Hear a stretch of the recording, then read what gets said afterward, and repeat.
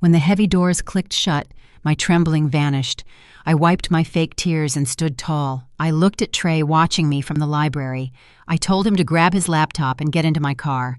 We rushed out the back door as I dialed the only person in Atlanta I trusted. Robert was my real attorney, a sharp lawyer who navigated commercial real estate alongside my husband and me for decades. I quickly explained the ambush, the forged will, and the fraudulent medical evaluation Marcus Jr. and Vanessa had just shoved in my face. Robert cursed. He said a fake psychiatric hold was dangerous because it bypassed standard probate laws. If they filed that document, they could legally seize temporary conservatorship over my finances by tonight. I ordered Robert to freeze all my corporate bank accounts before my stepson could drain the liquidity. Robert agreed, but warned me to secure my personal safety deposit box immediately. My husband kept our sensitive documents in a private vault in downtown Atlanta. Robert said, if Marcus Jr. got that box, he could destroy the evidence proving the true ownership structure of Sterling Enterprise. I took a deep breath, steadying my racing heart. In the fierce world of Atlanta real estate, whoever controlled the narrative controlled the asset. Marcus Jr. thought he had written my final chapter, but he was merely setting the stage for my retaliation. We were going to war. Trey and I sped down Interstate 85.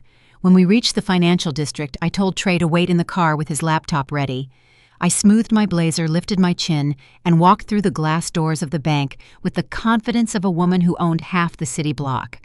I bypassed the standard teller line and walked directly to the priority desk for high-wealth clients. I handed the teller my black card and said I needed an emergency withdrawal and access to the private vault. The teller swiped the card. A red light flashed. She frowned, apologizing, and swiped it again. The red light flashed again. Her face drained of color as she read the prompt on her screen. She nervously handed the card back to me, avoiding my eyes. She stammered that my accounts had been placed under a mandatory administrative hold. She was not authorized to grant me access to the vault. I demanded to see the branch manager immediately. He was an old associate of my husband. But before the teller could pick up her phone, the frosted glass door of the manager office swung open. It was not the manager stepping out. It was Marcus Jr. He stood there in his tailored suit holding a cup of espresso, looking incredibly smug. The branch manager trailed behind him, looking deeply uncomfortable and refusing to meet my gaze. Marcus Jr. walked right up to me in the middle of the lobby. He took a slow sip of his espresso and smiled. He leaned against the polished oak frame, radiating a toxic blend of arrogance and desperate greed. He adjusted his silk tie and gave me a smile so devoid of warmth it chilled the air between us. He told me his lawyer, Vance Caldwell, was preparing the formal conservatorship filings for the state court. He boasted that by Friday my name would be entirely erased from the registry. I told me I was too late. He had driven straight here after leaving my house. He had presented the bank legal team with the emergency psychiatric evaluation signed by that corrupt doctor. He loudly announced, making sure nearby customers could hear, that given my severe mental decline, he had been forced to step in as my temporary financial conservator. He said the bank had a legal obligation to comply with the medical order to protect my assets. I stared at him, feeling a sudden spike of genuine rage.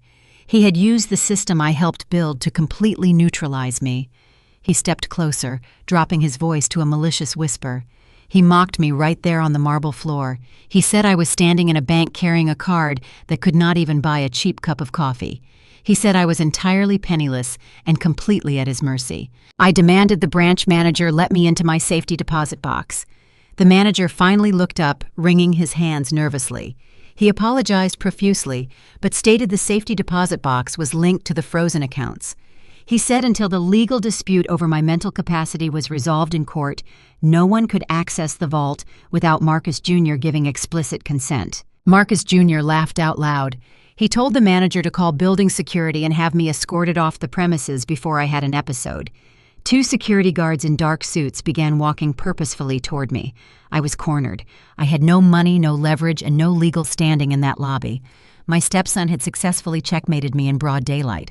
But Marcus Jr. made the same fatal mistake every arrogant man makes. He only focused on the threat standing directly in front of him. Suddenly, the heavy glass doors of the bank flew open. Trey burst into the lobby wearing a generic brown delivery uniform and a baseball cap pulled low over his eyes. He was carrying a massive cardboard tray loaded with 6 extra-large iced coffees. He sprinted past the security guards shouting apologies about being late for a corporate delivery upstairs. The guards turned startled by the commotion. Trey expertly faked a stumble right as he passed the open maintenance panel near the main teller station. A technician had been working on the bank wiring and left the central security mainframe exposed. Trey tossed the cardboard tray directly into the open panel.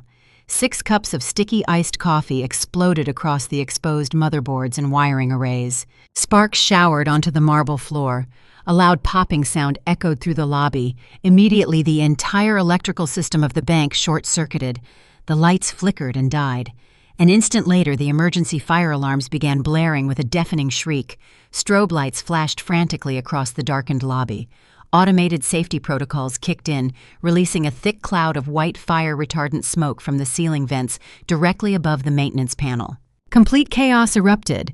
Customers screamed and scrambled toward the exits. The tellers abandoned their stations following the evacuation procedures. The security guards forgot about me and rushed to help the manager guide the panicking clients out the front doors.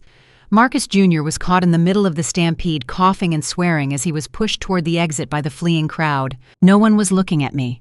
No one was guarding the corridor that led to the private vault. I slipped off my left designer pump. I pressed a hidden latch on the inner arch of the shoe, and the heel popped open to reveal a tiny, hollowed-out compartment. I pulled out a heavy, intricately cut brass key. My late husband was a brilliant architect, but he was also a paranoid man who never trusted digital security. Years ago, he quietly bribed the bank vault manufacturer to forge a physical override key that bypassed the electronic scanners on our specific safety deposit box. He told me to keep it hidden on my person at all times. Today it was my saving grace. I slipped my shoe back on and moved swiftly through the flashing strobe lights. I bypassed the chaotic lobby and ducked into the restricted corridor. The electronic locks on the vault door had disengaged due to the fire protocol, leaving the heavy steel gate resting on its manual latch. I pushed it open and slipped into the silent, dimly lit room lined with hundreds of metal boxes. I found box number 409. I slid the brass override key into the mechanical slot and turned it firmly. The heavy metal door clicked and swung open. My heart pounded against my ribs. I did not know what I was going to find inside, but I knew it was the only thing that could save me from the trap my children had set. I reached my hand into the dark metal box, desperately searching for the weapon my brilliant husband had secretly left behind. My fingers brushed against the cold steel bottom of the metal box. I fully expected to find thick stacks of bearer bonds, heavy gold bars, or perhaps a massive stack of complex legal briefs outlining our corporate holdings. Instead, my right hand closed around 2 incredibly simple objects. I pulled them out into the dim light of the bank vault. I was holding a sleek silver encrypted flash drive and a thick white envelope sealed with dark red wax. My name was written across the front of the envelope in my late husband's sharp, unmistakable, and highly precise handwriting style. Seeing his familiar script sent a sharp ache through my chest, but I pushed the grief down deep inside me. This was not the time for tears or weakness. This was the time for solid answers. I broke the wax seal and pulled out a single sheet of heavy parchment paper. I unfolded it very carefully. The handwritten letter was dated exactly 6 months before his fatal heart attack. He started by apologizing for keeping me completely in the dark during his final months. He wrote that he needed to be absolutely certain of his dark suspicions first before acting. He wanted to completely shield me from the legal fallout of what he was about to do. He stated he had known for over a year that his son Marcus Jr. and my daughter Vanessa were systematically bleeding Sterling Enterprise dry. He knew Marcus Jr. was not a brilliant corporate investor. He knew his son was a degenerate gambler who owed hundreds of thousands of dollars to a violent underground casino syndicate operating out of Chicago. He knew Vanessa was not a successful social media influencer. He knew she had been quietly embezzling massive sums of our corporate money daily. She stole from our corporate charity foundations to fund her lavish, entirely fake lifestyle. My husband wrote that he watched them hover around his sickbed, waiting like hungry vultures for him to stop breathing so they could pick our life's work clean. He decided he was not going to let them destroy the massive empire we built together. He told me to take the flash drive and leave the bank immediately.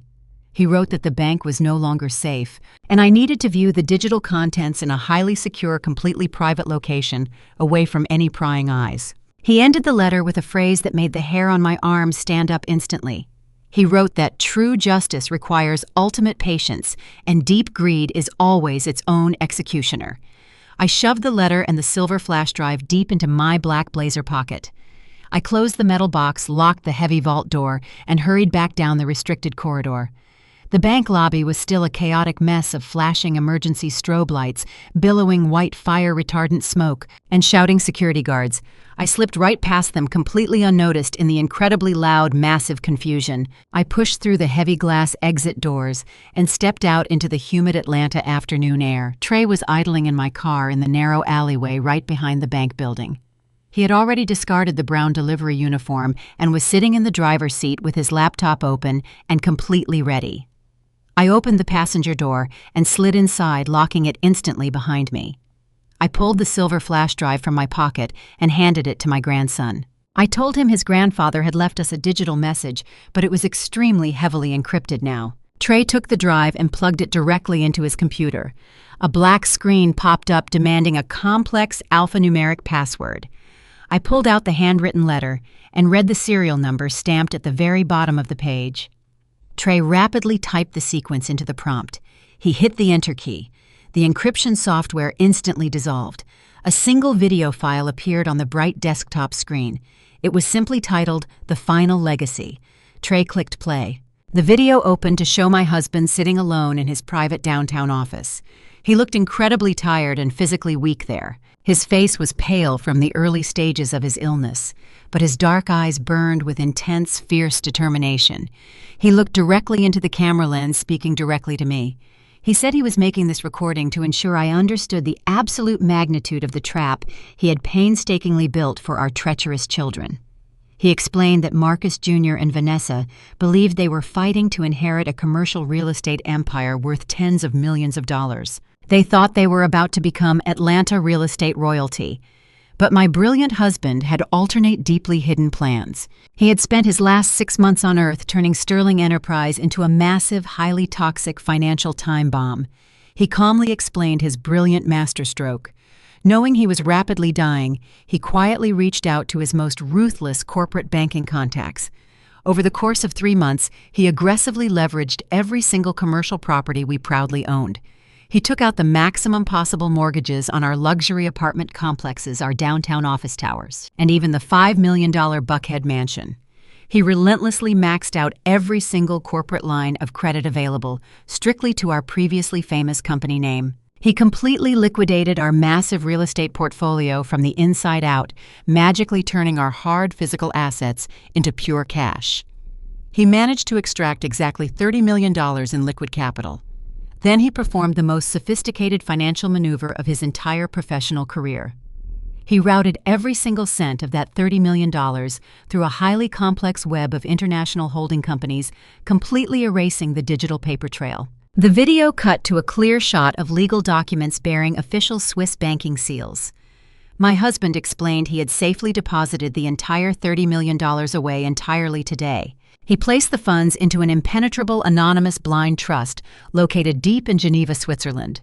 He looked straight into the camera and stated clearly that he had legally named me and Trey as the absolute sole beneficiaries of this offshore trust. The money was completely untraceable, entirely tax-free, and legally untouchable by any court in the United States. He ensured Marcus Jr. and Vanessa could never lay a single finger on our actual physical wealth. But my husband was not completely finished. He leaned closer to the camera, a cold, hard smile forming slowly on his exceptionally pale lips. He boldly revealed the fatal poison pill he had securely left for his greedy children. Because he had extracted all the cash and maxed out the credit lines, the company they were currently fighting so viciously to steal was nothing more than a hollow, decaying shell. Sterling Enterprise was currently carrying exactly $35 million in highly toxic, high-interest commercial debt. He explained that the very moment Marcus Jr. and Vanessa officially took ownership of the company, they would instantly become personally liable for every single penny of that crushing debt. The banks would demand immediate total repayment. The aggressive creditors would ruthlessly seize their personal assets, their luxury cars, and their homes. They would be completely bankrupted within 30 days of signing the transfer papers. Furthermore, my husband revealed his final act of pure vengeance. The day before he recorded the video, he had anonymously mailed a massive box of deeply incriminating financial evidence directly to the Internal Revenue Service in Washington. He deliberately exposed the fake charity accounts Vanessa had been using to embezzle money. He exposed the illegal gambling wire transfers Marcus Jr. had been running constantly through the corporate payroll financial system without hesitation. My husband stated the company was currently the primary target of a massive covert federal tax evasion investigation. The IRS was simply waiting for the new corporate officers to officially sign the ownership registry before they launched a devastating federal raid. Whoever took control of Sterling Enterprise would face aggressive criminal prosecution and decades in federal prison for severe tax fraud and corporate embezzlement. The video ended with my husband giving me one final, crucial instruction. He told me not to aggressively fight them in probate court. He told me not to openly contest the highly forged, totally fake will. He said I needed to hand them the company on a silver platter and watch the heavy weight of their own greed pull them straight down to hell. Trey and I sat in the cramped front seat of my car, the harsh glow of the laptop screen illuminating our faces. We closed the computer in complete silence. We needed to gather our personal belongings and formulate a battle plan. I put the car in drive and we headed straight back to the Buckhead mansion. But the moment we turned onto our private tree-lined street, the dark reality of their utter ruthlessness truly set in. The heavy wrought iron gates of my home were padlocked shut with thick steel chains. Two large, heavily armed private security guards stood shoulder to shoulder, physically blocking the driveway. The dark clouds above broke open, and a torrential downpour began to aggressively wash over the windshield. Through the heavy, freezing rain, I saw my daughter Vanessa standing proudly on the second-floor master balcony. She was wearing my favorite custom silk robe and holding a delicate crystal glass of my most expensive vintage wine. She coldly shouted down to the guards, ordering them to forcefully remove us from the property boundaries by any means necessary. They were deliberately trying to physically break my spirit. They wanted to aggressively starve me out, strip me of my basic shelter, and force me to crawl back to them begging for mercy. Trey and I were forced to retreat to a rundown, deeply depressing roadside motel on the far industrial outskirts of Atlanta. The peeling floral wallpaper smelled of cheap cigarettes, and the broken neon sign outside buzzed with a harsh, irritating frequency that rattled my teeth. I sat on the edge of the sagging, uncomfortable mattress while Trey immediately went to work. He opened his laptop, his fingers flying across the illuminated keyboard with breathtaking, practiced speed. Hum expertly bypassed the remarkably weak security firewalls of Vance Caldwell, the highly corrupt lawyer my greedy children had hired to orchestrate this theft. Trey seamlessly intercepted their private internal email communications. What he found hiding in those servers made my blood run completely cold. Marcus Jr. and Vanessa were not actually planning to wait the full 7 days they had originally promised. They were completely terrified their violent creditors would physically track them down first. Vance Caldwell had already drafted a vicious emergency medical petition. If I did not sign the corporate transfer papers by early Friday morning, they were going to use that fake psychiatric evaluation to have me violently dragged from the streets by armed police officers. They planned to have me involuntarily committed to a miserable state-run mental facility. The intercepted emails explicitly stated they planned to bribe the hospital staff to keep me heavily chemically sedated in a locked ward until I physically passed away. I realized I could not wait until Friday. I had to forcefully accelerate the timeline and force their hand tonight. I used a cheap, untraceable burner phone to send a desperate text message directly to Marcus Jr. I completely abandoned all my personal pride in that calculated message. I told him the freezing streets had already broken me. I said I was wet, exhausted, and completely ready to unconditionally surrender the entire real estate empire to them. I requested one final civilized family dinner to sign the transfer documents in peace. I deliberately chose the most exclusive, ridiculously expensive 5-star French restaurant in downtown Atlanta. It was a notoriously strict establishment where maintaining a flawless public image was everything, and causing a loud scene was considered the ultimate social sin.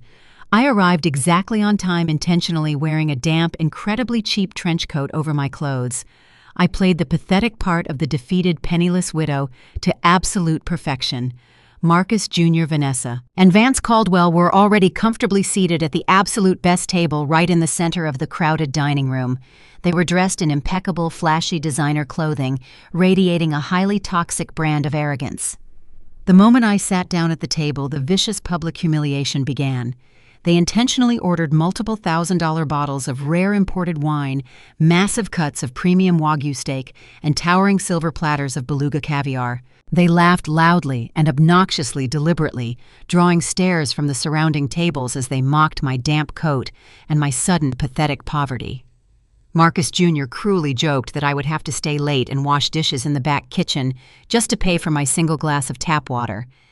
Vanessa explicitly told me they fully expected me to pay the massive gratuity with whatever pathetic crumpled dollar bills I had left hiding in my pockets. I sat perfectly quiet, enduring their vicious, unrelenting insults, keeping my hands neatly folded in my lap.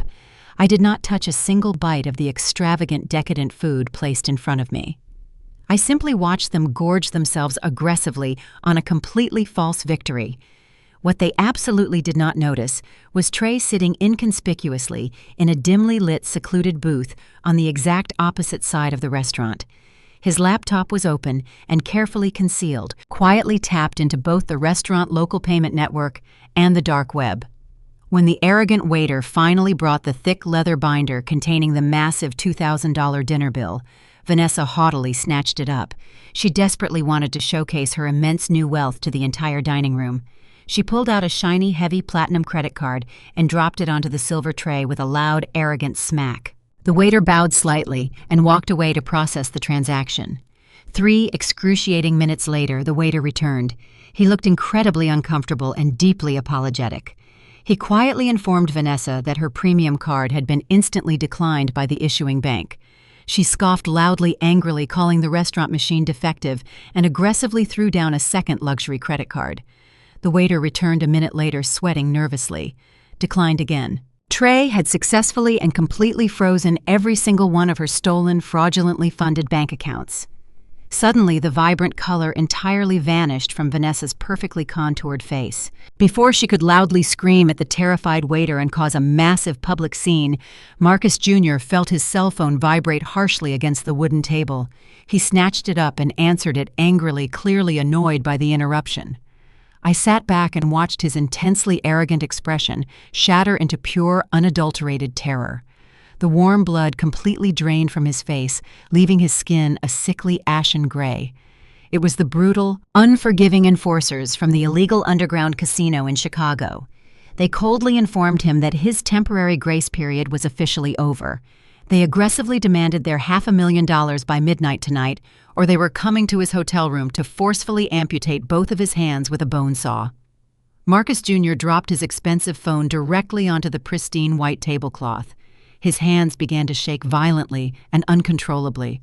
Cold sweat beaded thickly on his forehead and rolled down his neck.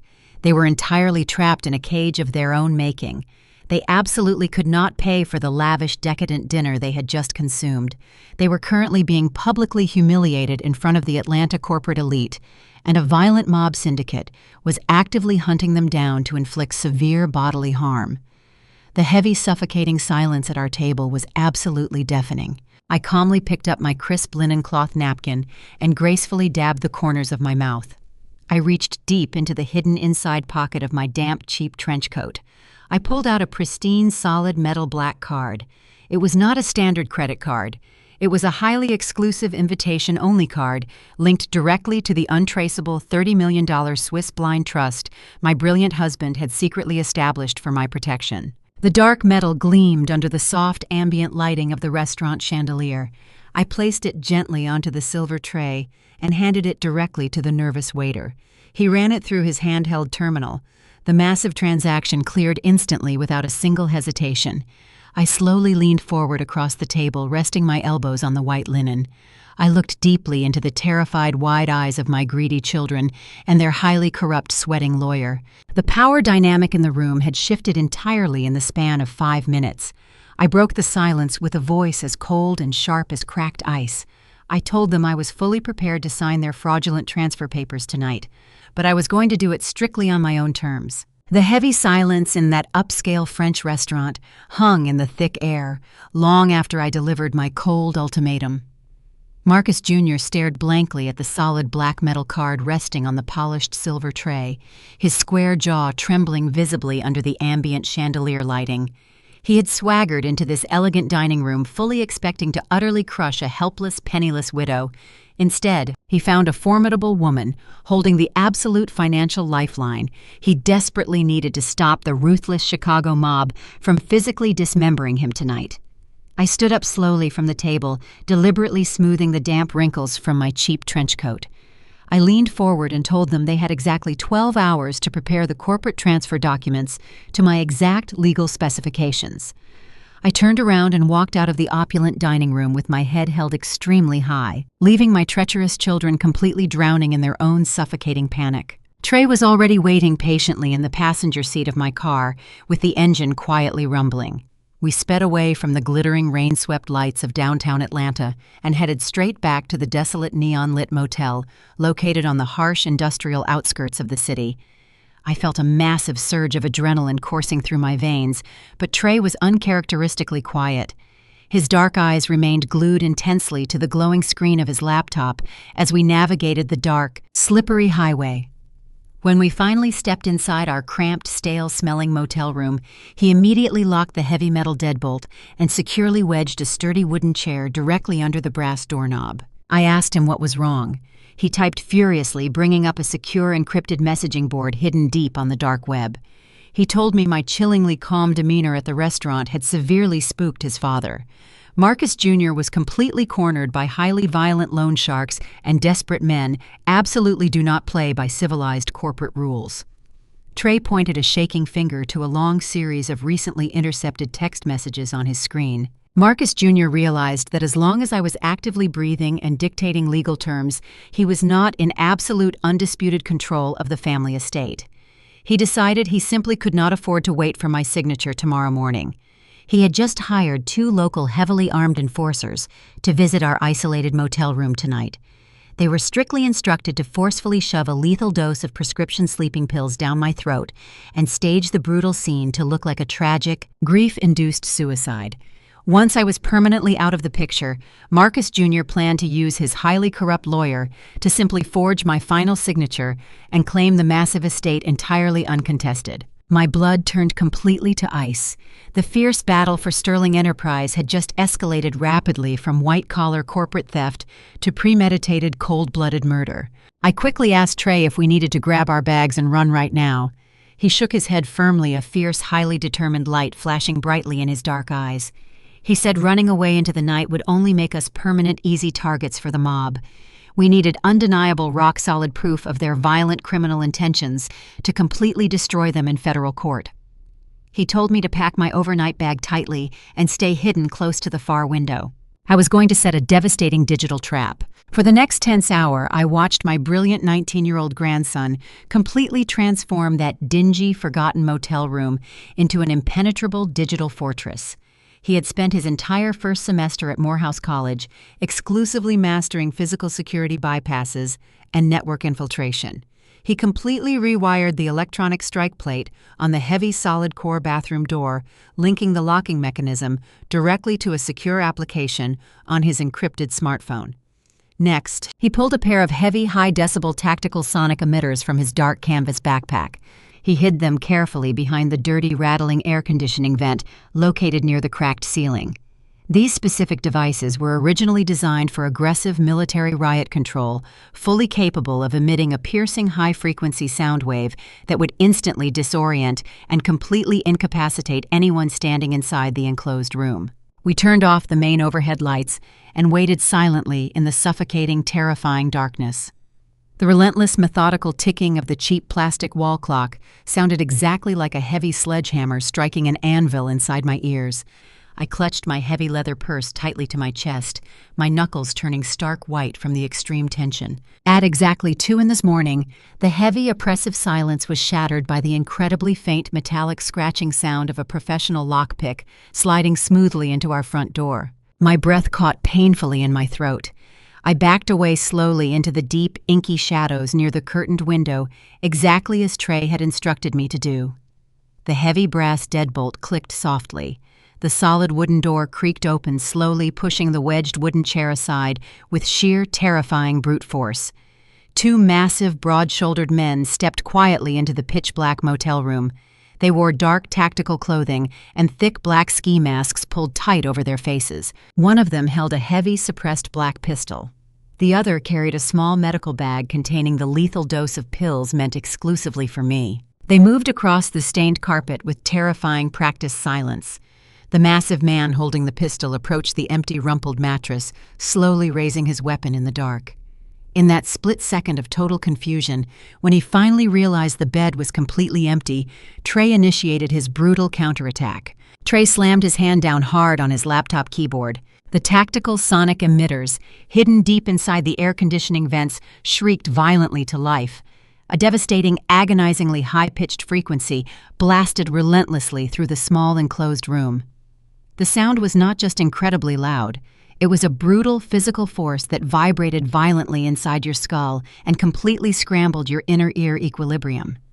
I had my hands clamped tightly over my ears, adequately protected by the heavy industrial noise-canceling headphones Trey had given me, but the sheer raw force of the sound waves still made my back teeth rattle painfully. The 2 professional hitmen dropped their heavy weapons instantly. They collapsed heavily to their knees on the stained carpet, desperately clutching their heads and screaming loudly in pure, unadulterated agony. The intense, concentrated sound waves ruptured their delicate sense of balance, making it physically impossible for them to stand up or coordinate a single coherent thought. Trey moved like absolute lightning. He grabbed a heavy metal floor lamp and shoved the first disoriented thug violently toward the open bathroom door. I did not hesitate for a single second. I stepped boldly out of the dark shadows, grabbed the second groaning man firmly by the thick collar of his tactical vest, and threw my entire body weight into shoving him forcefully forward. The element of total unexpected surprise and the crippling sonic assault rendered these massive, violent men completely helpless against a 68-year-old woman and a college freshman. They stumbled blindly and clumsily into the cramped, windowless bathroom, crashing hard against the cold porcelain bathtub. Trey instantly slammed the heavy, solid core door shut securely behind them. He quickly tapped a command on his illuminated smartphone screen, and the rewired electronic strike plate engaged immediately with a loud, permanent click. The heavy deadbolt sealed shut tightly, permanently trapping the would-be murderers inside a reinforced, inescapable cage. Trey immediately killed the shrieking sonic emitters. The sudden absolute silence in the motel room was deafening, broken only by the frantic, muffled pounding of heavy fists striking against the locked bathroom door. I stood there breathing heavily, my chest heaving rapidly as pure adrenaline surged hotly through my veins. We had actually done it. We had successfully subdued 2 professional armed killers without firing a single shot. But my brilliant grandson was not completely finished yet. He quickly opened his laptop again, his long fingers flying expertly across the glowing keys. He brought up a live high-definition video feed on his screen. Before the dangerous hitmen had arrived, Trey had secretly installed a tiny wide-angle webcam deeply inside the bathroom exhaust fan.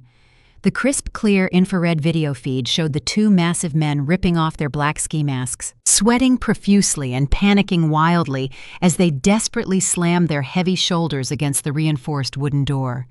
Their angry faces were perfectly clear, brilliantly illuminated for the entire world to see. Trey was actively live-streaming the high-definition footage directly to a highly secure offshore cloud server located in Switzerland.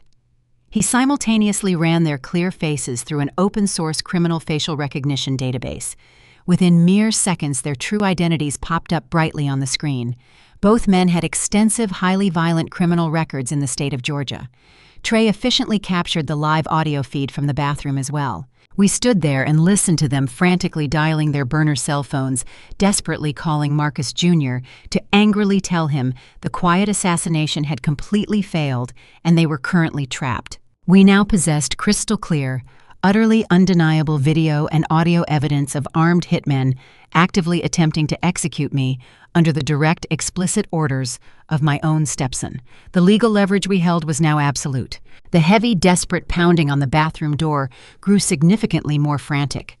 We knew it was only a matter of time before they simply shot the electronic locking mechanism to pieces and broke out. It was definitely time to leave. I quickly grabbed my heavy leather purse and the highly encrypted silver flash drive. Trey efficiently packed up his laptop and the remaining sonic equipment. We slipped quietly out the front door into the freezing, pouring Atlanta rain, intentionally leaving the two trapped, panicking killers shouting loudly in the dark. We jumped quickly into my car and sped aggressively away into the dark night, the tires kicking up massive, heavy sheets of water. I gripped the steering wheel incredibly tightly, my mind racing significantly faster than the roaring engine. The stakes had officially crossed the absolute line of no return today. Marcus Jr. and Vanessa had clearly proven they were entirely willing to spill their own mother's blood just to secure their stolen corporate wealth. They had violently dragged this fight out of the civilized corporate boardrooms and directly into the violent, deadly streets. I looked over at my young grandson sitting beside me. He was staring quietly out the rain-slicked passenger window, his jaw set firmly in a hard, uncompromising line. He had just bravely risked his own life to save mine. He had proven his absolute loyalty and his unmatched, incredible brilliance under extreme pressure. I told him we were no longer just fighting for a lucrative real estate portfolio. We were fighting aggressively for our very survival. I firmly declared that tomorrow morning we were going to confidently walk directly into the glittering glass-walled boardroom of Sterling Enterprise. We were going to look those greedy, murderous traitors straight in their lying eyes, and we were going to fiercely burn their entire stolen empire straight to the ground. The time for playing the weak, grieving widow was completely over. I was the true matriarch of this powerful family, and I was going to deliver a devastating, crushing reckoning they would absolutely never forget. The harsh morning sun glared brightly over the Atlanta skyline as I drove Trey and myself away from that miserable motel and straight toward the towering glass skyscrapers of the financial district. I gripped the steering wheel tightly, feeling the lingering adrenaline from our violent midnight encounter shifting into a cold, highly calculated focus. I was about to walk directly into the lion den. Vance Caldwell operated his deeply corrupt law firm out of a massive corner suite on the 40th floor of a premium downtown building. He was a man utterly blinded by his own towering ego and relentless greed. I knew exactly how to use his massive arrogance against him. I pulled my car into the underground parking garage and turned to my grandson. Trey handed me a tiny matte black object, no larger than a standard shirt button. It was a military-grade acoustic microtransmitter he had meticulously modified overnight. He assured me it could capture crystal-clear audio through solid wood and transmit the encrypted signal directly to his laptop in real time. I carefully pressed the tiny device into the sticky backing of a small piece of heavy-duty adhesive tape, hiding it securely inside the palm of my right hand. I told Trey to keep the engine running and the recording software ready. I stepped out of the car and began my dramatic physical transformation. I intentionally messed up my neatly styled hair, pulling several strands loose so they hung wildly around my face. I violently rubbed my eyes until they were red, bloodshot, and brimming with genuine-looking tears. I hunched my shoulders forward, physically shrinking my posture to project absolute crushing defeat. The powerful, uncompromising matriarch of Sterling Enterprise vanished entirely. In her place stood a terrified, thoroughly broken widow running desperately for her life. I rode the silent, polished steel elevator up to the 40th floor. When the silver doors slid open, I did not wait to be politely announced. I sprinted frantically past the stunned receptionist, completely ignoring her loud protests.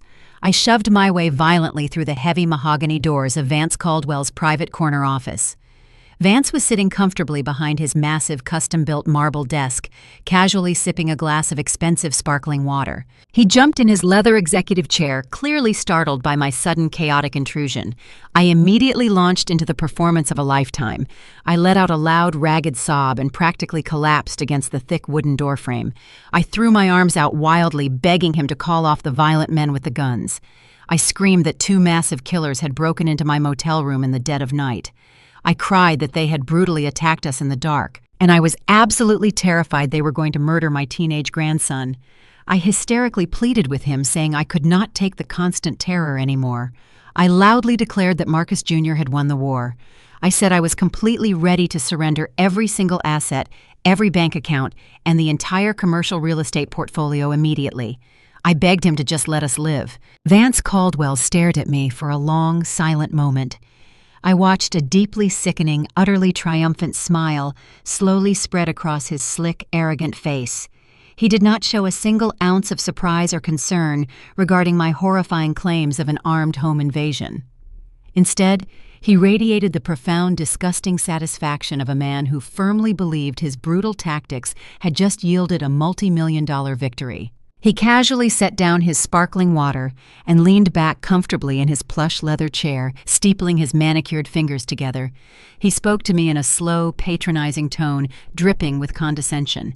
He told me I was finally making a highly rational, intelligent decision for my own health and safety. He smoothly lied, claiming he had absolutely no idea what armed men I was talking about, but he firmly agreed that the streets of Atlanta could be incredibly dangerous for an unprotected elderly woman who refused to cooperate with her loving family.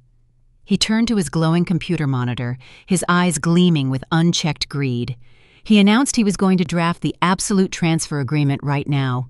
He boasted that this specific legal document would permanently, irrevocably strip me of all my executive voting rights, my corporate shares, and my entire ownership stake in Sterling Enterprise. He said once my signature was on that paper, my connection to the wealth would be legally severed forever, and the dangerous midnight visits would permanently cease. I stood in the center of the lavish office, keeping up my frantic, terrified sobbing.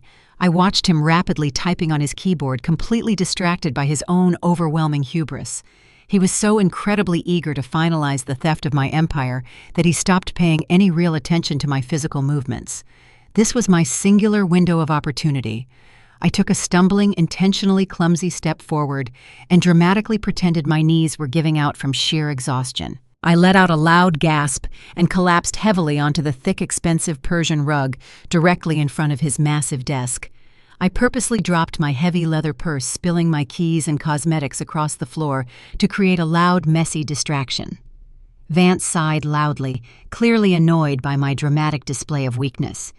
He rolled his chair backward to retrieve a stack of freshly printed documents from his desk printer, momentarily turning his back to me. In that crucial, fleeting second, I reached my right hand straight up under the thick overhang of his marble and wood desk. I firmly pressed the tiny microtransmitter directly against the underside of the heavy surface, ensuring the strong adhesive gripped the wood tightly. I quickly pulled my empty hand back and began frantically gathering my spilled belongings, weeping loudly as if I had just suffered a massive panic attack. Vance turned back around, holding a thick stack of warm, freshly printed legal documents. He looked down at me, kneeling on his floor with absolute, undisguised disgust. He callously ordered me to get up and sit in the client chair. I obeyed, keeping my head bowed submissively and my hands visibly shaking. He shoved the absolute transfer agreement across the polished desk surface. He aggressively pointed a gold-plated pen at the blank signature line on the final page. He coldly stated that signing this preliminary intent document would immediately authorize him to begin the total corporate asset transfer to Marcus Jr. and Vanessa.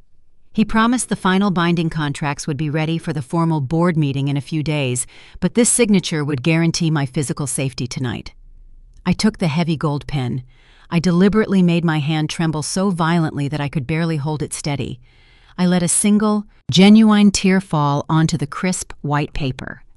I looked up at him with wide, terrified eyes and whispered a desperate plea for him to please tell Marcus Jr. to leave us alone.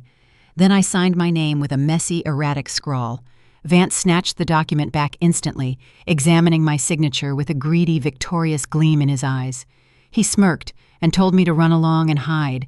He proudly declared that Sterling Enterprise officially belonged to a new generation now. I stumbled out of his office, keeping my head down and my shoulders hunched as I hurried past the staring receptionist. I maintained the pathetic, broken facade until the heavy elevator doors completely closed behind me. The moment I was alone in the descending steel box, I straightened my spine. I took a deep, steadying breath and wiped the fake tears completely from my face. My erratic, terrified demeanor instantly vanished, replaced by the cold, calculating focus of a predator, watching a trap spring shut. I walked briskly out of the building and stepped directly into the passenger seat of my waiting car. Trey was sitting there with his laptop open, wearing a fierce, triumphant grin. He gave me a quick nod. The audio feed was active and the signal was perfectly clear. We sat in the dark parking garage and listened intently to the live audio streaming directly from the micro-transmitter hidden beneath Vance Caldwell's desk. We heard the distinct sound of a desk phone dialing a number on speakerphone. A few seconds later, the unmistakable, arrogant voice of Marcus Jr. echoed clearly through the laptop speakers. Vance greeted him with a loud, celebratory laugh. Vance proudly announced that the heavy intimidation tactics had worked absolutely perfectly. He stated I had just run into his office crying like a terrified child and signed the preliminary transfer agreement without reading a single word. Marcus Jr. let out a loud, relieved cheer on the other end of the line. But Trey and I needed more than just a celebration. We needed a highly explicit criminal confession. We sat in absolute silence, waiting for the corrupt men to inevitably hang themselves with their own arrogant words. Vance leaned back in his chair, his voice booming clearly through the hidden microphone. He explicitly congratulated Marcus Jr. on hiring the 2 armed hitmen last night. He stated that sending the heavy muscle to the motel was a brilliant, aggressive move that completely broke my spirit. Marcus Jr. laughed again, his voice dripping with cruel satisfaction. Marcus clearly complained about the exorbitant cash fee the violent men charged for the late-night home invasion, but he emphatically agreed. The steep price was entirely worth it to secure the multi-million-dollar real estate empire. He explicitly stated he had ordered the men to force the sleeping pills down my throat if I showed any resistance. He openly admitted to orchestrating a premeditated, highly organized murder-for-hire plot against his own mother. Vance chuckled darkly, agreeing that the violent threat was the ultimate catalyst they needed to force the immediate corporate transfer. Vance assured Marcus Jr. that the final binding legal contracts would be completely ready for the grand signing ceremony in the corporate boardroom on Friday morning. Trey's fingers flew across his keyboard, capturing every single second of the damning audio in high definition. He instantly encrypted the audio file and uploaded it directly to 3 separate, highly secure offshore cloud servers. He looked over at me, his dark eyes shining with intense, righteous vindication. We had done it. We had successfully captured an explicit, undeniable criminal confession from both the corrupt lawyer and the mastermind stepson. We now possessed rock-solid, irrefutable evidence of a massive legal conspiracy, a violent extortion attempt, and a highly organized murder-for-hire plot. I stared out the windshield at the concrete wall of the parking garage, a slow, cold smile spreading across my face. They thought they had finally conquered the matriarch. They believed they had effectively stolen a $30 million empire through sheer brute force. They had absolutely no idea. They had just handed me the very rope I was going to use to publicly and legally hang them all. I told Trey to put the car in drive and get us out of the financial district immediately. Our dangerous performance at the law firm was completely finished, but the intricate legal war was far from over. I instructed him to head toward a highly secure private underground parking garage across town. We needed to hold an emergency meeting with Robert, my true and loyal attorney. We had to show him the preliminary agreement I just signed and initiate the next crucial phase of my deceased husband's brilliant, devastating master plan. It was time to carefully construct the exact legal trapdoor that would transfer $35 million of highly toxic corporate debt directly onto the shoulders of the very people trying to murder me. I leaned back against the headrest, closing my eyes for a brief moment as the engine roared to life. The trap was perfectly set. The bait was taken, and the absolute destruction of my greedy heirs was now entirely inevitable. I told Trey to stay securely locked inside our motel room and keep monitoring the encrypted audio feeds. I needed to handle the complex legal logistics of our counterattack entirely off the digital grid. I slipped out through the rusty service exit of the motel, wearing a nondescript dark gray trench coat and a wide-brim hat to obscure my face from any lingering surveillance. I took 3 different taxis, paying entirely in cash, and walked several blocks through the bustling financial district to ensure absolutely no one was following me. My final destination was a subterranean, brutally cold concrete parking garage located directly beneath an abandoned commercial building in Midtown. The stagnant air down there smelled heavily of old motor oil and damp concrete. The flickering, dying fluorescent lights cast long, distorted shadows across the massive expanse of empty parking spots. Robert was already waiting for me in the deepest corner of the lowest level, leaning anxiously against the hood of his dark, inconspicuous sedan. He looked incredibly out of place wearing his tailored suit among the cracked concrete pillars. I approached him quickly, the sharp echo of my low heels bouncing off the low, oppressive ceiling. I did not waste a single second with polite pleasantries or small talk. I reached deep into my coat pocket and handed him the heavily creased, preliminary copy of the absolute transfer agreement I had just obtained from the corrupt office of Vance Caldwell. Robert immediately took the document from my hand. He pulled a pair of reading glasses from his breast pocket and began rapidly scanning the pages under the dim, buzzing overhead light. The heavy silence in the underground garage stretched tight like a piano wire. I stood perfectly still and watched the warm color slowly drain entirely from his seasoned face. Robert swore softly under his breath, his eyes darting frantically across the thick, dense legal jargon printed on the crisp white paper. He looked up at me, his expression reflecting sheer, unadulterated professional horror. He firmly told me this specific document was an absolute legal slaughter. He explained that Vance Caldwell had drafted a flawless, ironclad, and totally unforgiving corporate surrender. He pointed a shaking finger at the second page, stating that if I placed my authorized signature on the final line of this agreement, I would be voluntarily stripping myself of every single executive voting right, all corporate shares, and my entire ownership stake in Sterling Enterprise permanently. The contract explicitly waived my right to contest the asset transfer in any future probate court hearings. It granted Marcus Jr. and Vanessa immediate, completely unrestricted access to the main corporate treasury and all subsidiary holding accounts. Robert practically begged me to listen to reason and logic. He passionately stated that signing this terrible piece of paper was the exact equivalent of handing a loaded, cocked gun directly to the very people who were actively trying to execute me. He firmly warned me that once the ink dried on the final page, I would be legally severed from my massive wealth forever, leaving me utterly defenseless against their ongoing violent extortion and relentless intimidation tactics. He tightly gripped the thick stack of papers, his knuckles turning stark white from the extreme tension.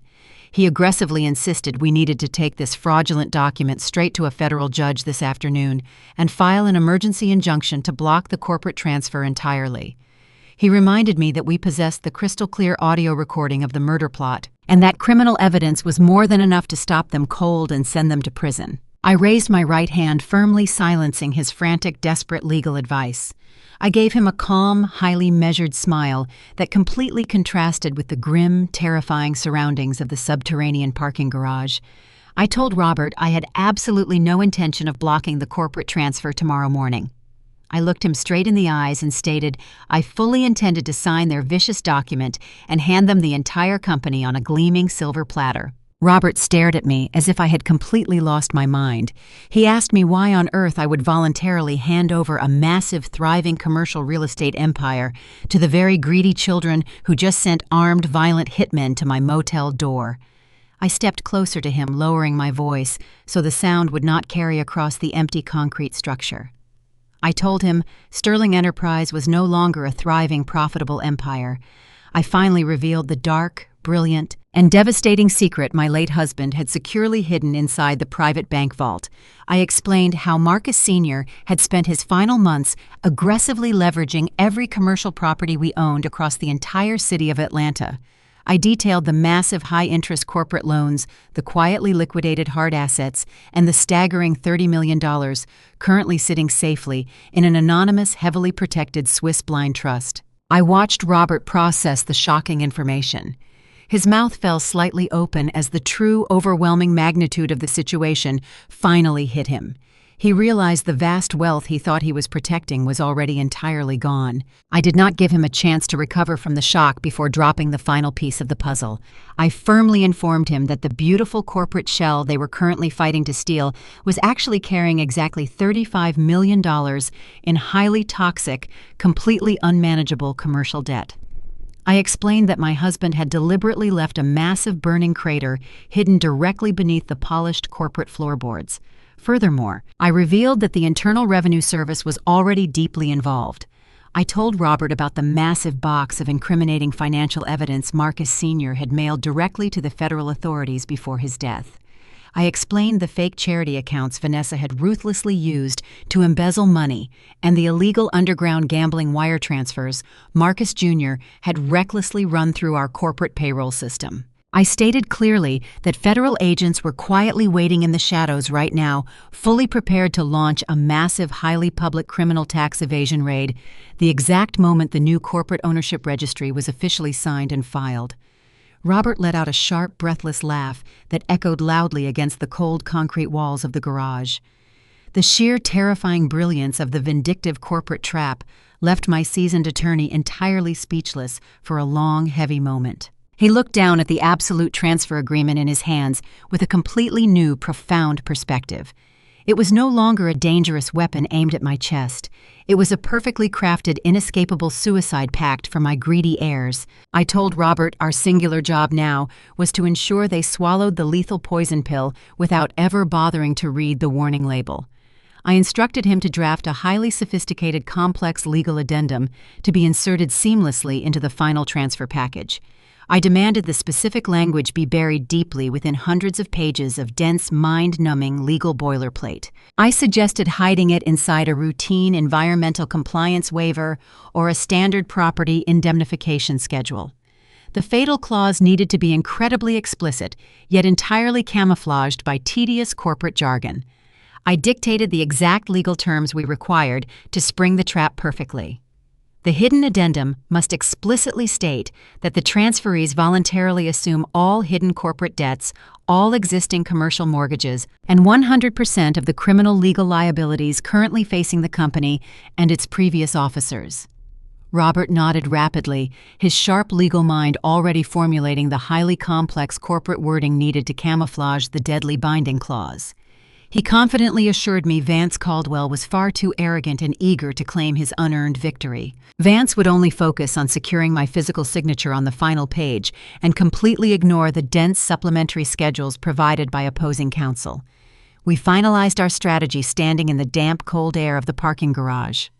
I told Robert to print and prepare the massive, heavy binder of final documents for the official board meeting on Friday morning. I was going to confidently walk into that glittering, glass-walled boardroom, look my treacherous children right in their lying eyes, and willingly sign their absolute destruction into permanent law. I instructed Trey to stay securely locked inside my car and keep monitoring the encrypted audio feeds we had just captured.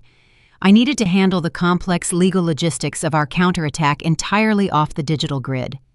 I pulled into a subterranean, brutally cold concrete parking garage located directly beneath an abandoned commercial building in Midtown Atlanta. The stagnant air down there smelled heavily of old motor oil and damp concrete. The flickering, dying fluorescent lights cast long, distorted shadows across the massive expanse of empty parking spots. Robert was already waiting for me in the deepest corner of the lowest level. I was leaning anxiously against the hood of his dark, inconspicuous sedan. He looked incredibly out of place wearing his tailored designer suit among the cracked concrete pillars and forgotten debris. I approached him quickly, the sharp echo of my low heels bouncing off the low, oppressive ceiling. I did not waste a single second with polite pleasantries or small talk. I reached deep into my trench coat pocket and handed him the heavily creased preliminary copy of the absolute transfer agreement I had just obtained from the corrupt office of Vance Caldwell. Robert immediately took the document from my hand. He pulled a pair of reading glasses from his breast pocket and began rapidly scanning the pages under the dim, buzzing overhead light. The heavy silence in the underground garage stretched tight like a piano wire. I stood perfectly still and watched the warm color slowly drain entirely from his seasoned face. Robert swore softly under his breath. His eyes darted frantically across the thick, dense legal jargon printed on the crisp white paper. He looked up at me, his expression reflecting sheer, unadulterated professional horror. He firmly told me this specific document was an absolute legal slaughter. He explained that Vance Caldwell had drafted a flawless, ironclad, and totally unforgiving corporate surrender. He pointed a shaking finger at the second page, stating that if I placed my authorized signature on the final line of this agreement, I would be voluntarily stripping myself of every single executive voting right, all corporate shares, and my entire ownership stake in Sterling Enterprise permanently. The contract explicitly waived my right to contest the asset transfer in any future probate court hearings. It granted Marcus Jr. and Vanessa immediate, completely unrestricted access to the main corporate treasury and all subsidiary holding accounts. Robert practically begged me to listen to reason and logic. He passionately stated that signing this terrible piece of paper was the exact equivalent of handing a loaded, cocked gun directly to the very people who were actively trying to execute me. He firmly warned me that once the ink dried on the final page, I would be legally severed from my massive wealth, forever leaving me utterly defenseless against their ongoing violent extortion and relentless intimidation tactics. He tightly gripped the thick stack of papers, his knuckles turning stark white from the extreme tension. He aggressively insisted we needed to take this fraudulent document straight to a federal judge this afternoon and file an emergency injunction to block the corporate transfer entirely. He reminded me that we possessed the crystal-clear audio recording of the murder plot and that criminal evidence was more than enough to stop them cold and send them to prison right now. I raised my right hand, firmly silencing his frantic, desperate legal advice. I gave him a calm, highly measured smile that completely contrasted with the grim, terrifying surroundings of the subterranean parking garage. I told Robert I had absolutely no intention of blocking the corporate transfer tomorrow morning. I looked him straight in the eyes and stated I fully intended to sign their vicious document and hand them the entire company on a gleaming silver platter. Robert stared at me as if I had completely lost my mind. He asked me why on earth I would voluntarily hand over a massive, thriving commercial real estate empire to the very greedy children who just sent armed, violent hitmen to my motel door. I stepped closer to him, lowering my voice so the sound would not carry across the empty concrete structure. I told him Sterling Enterprise was no longer a thriving, profitable empire. I finally revealed the dark, brilliant, and devastating secret my late husband had securely hidden inside the private bank vault. I explained how Marcus Sr. had spent his final months aggressively leveraging every commercial property we owned across the entire city of Atlanta. I detailed the massive, high-interest corporate loans, the quietly liquidated hard assets, and the staggering $30 million currently sitting safely in an anonymous, heavily protected Swiss blind trust. I watched Robert process the shocking information. His mouth fell slightly open as the true overwhelming magnitude of the situation finally hit him. He realized the vast wealth he thought he was protecting was already entirely gone. I did not give him a chance to recover from the shock before dropping the final piece of the puzzle. I firmly informed him that the beautiful corporate shell they were currently fighting to steal was actually carrying exactly $35 million in highly toxic, completely unmanageable commercial debt. I explained that my husband had deliberately left a massive burning crater hidden directly beneath the polished corporate floorboards. Furthermore, I revealed that the Internal Revenue Service was already deeply involved. I told Robert about the massive box of incriminating financial evidence Marcus Sr. had mailed directly to the federal authorities before his death. I explained the fake charity accounts Vanessa had ruthlessly used to embezzle money and the illegal underground gambling wire transfers Marcus Jr. had recklessly run through our corporate payroll system. I stated clearly that federal agents were quietly waiting in the shadows right now, fully prepared to launch a massive, highly public criminal tax evasion raid, the exact moment the new corporate ownership registry was officially signed and filed. Robert let out a sharp, breathless laugh that echoed loudly against the cold concrete walls of the garage. The sheer terrifying brilliance of the vindictive corporate trap left my seasoned attorney entirely speechless for a long, heavy moment. He took off his reading glasses and wiped the sudden sweat from his forehead using a pristine white pocket square. He looked down at the absolute transfer agreement in his hands with a completely new, profound perspective. It was no longer a dangerous weapon aimed directly at my chest. It was a perfectly crafted, inescapable suicide pact for my greedy heirs. He shook his head in absolute disbelief, whispering that Marcus Sr. was an absolute architectural genius, not just with steel and glass, but with corporate financial structures. I completely agreed. I told Robert our singular job now was to ensure they swallowed the lethal poison pill without ever bothering to read the warning label. I instructed him to draft a highly sophisticated, complex legal addendum to be inserted seamlessly into the final transfer package. I demanded the specific language be buried deeply within hundreds of pages of dense, mind-numbing legal boilerplate. I suggested hiding the toxic clauses inside a routine environmental compliance waiver or a standard overly lengthy property indemnification schedule that arrogant lawyers almost never read in full. The fatal clause needed to be incredibly explicit, yet entirely camouflaged by tedious, repetitive corporate jargon designed to make the reader simply skim past it. I looked Robert straight in the eyes and dictated the exact legal terms we required to spring the trap perfectly. I stated the hidden addendum must explicitly dictate that the transferees voluntarily assume all hidden corporate debts, all existing commercial mortgages, and 100% of the criminal legal liabilities currently facing the company and its previous corporate officers. It had to legally bind them to the $35 million deficit without leaving a single loophole for their corrupt lawyer to exploit later. Robert nodded rapidly, his sharp legal mind already formulating the highly complex corporate wording needed to camouflage the deadly binding clause. He pulled a silver pen from his jacket and began making rapid notes on the back of the fraudulent agreement. He confidently assured me Vance Caldwell was far too arrogant, far too incredibly eager to claim his massive, unearned victory.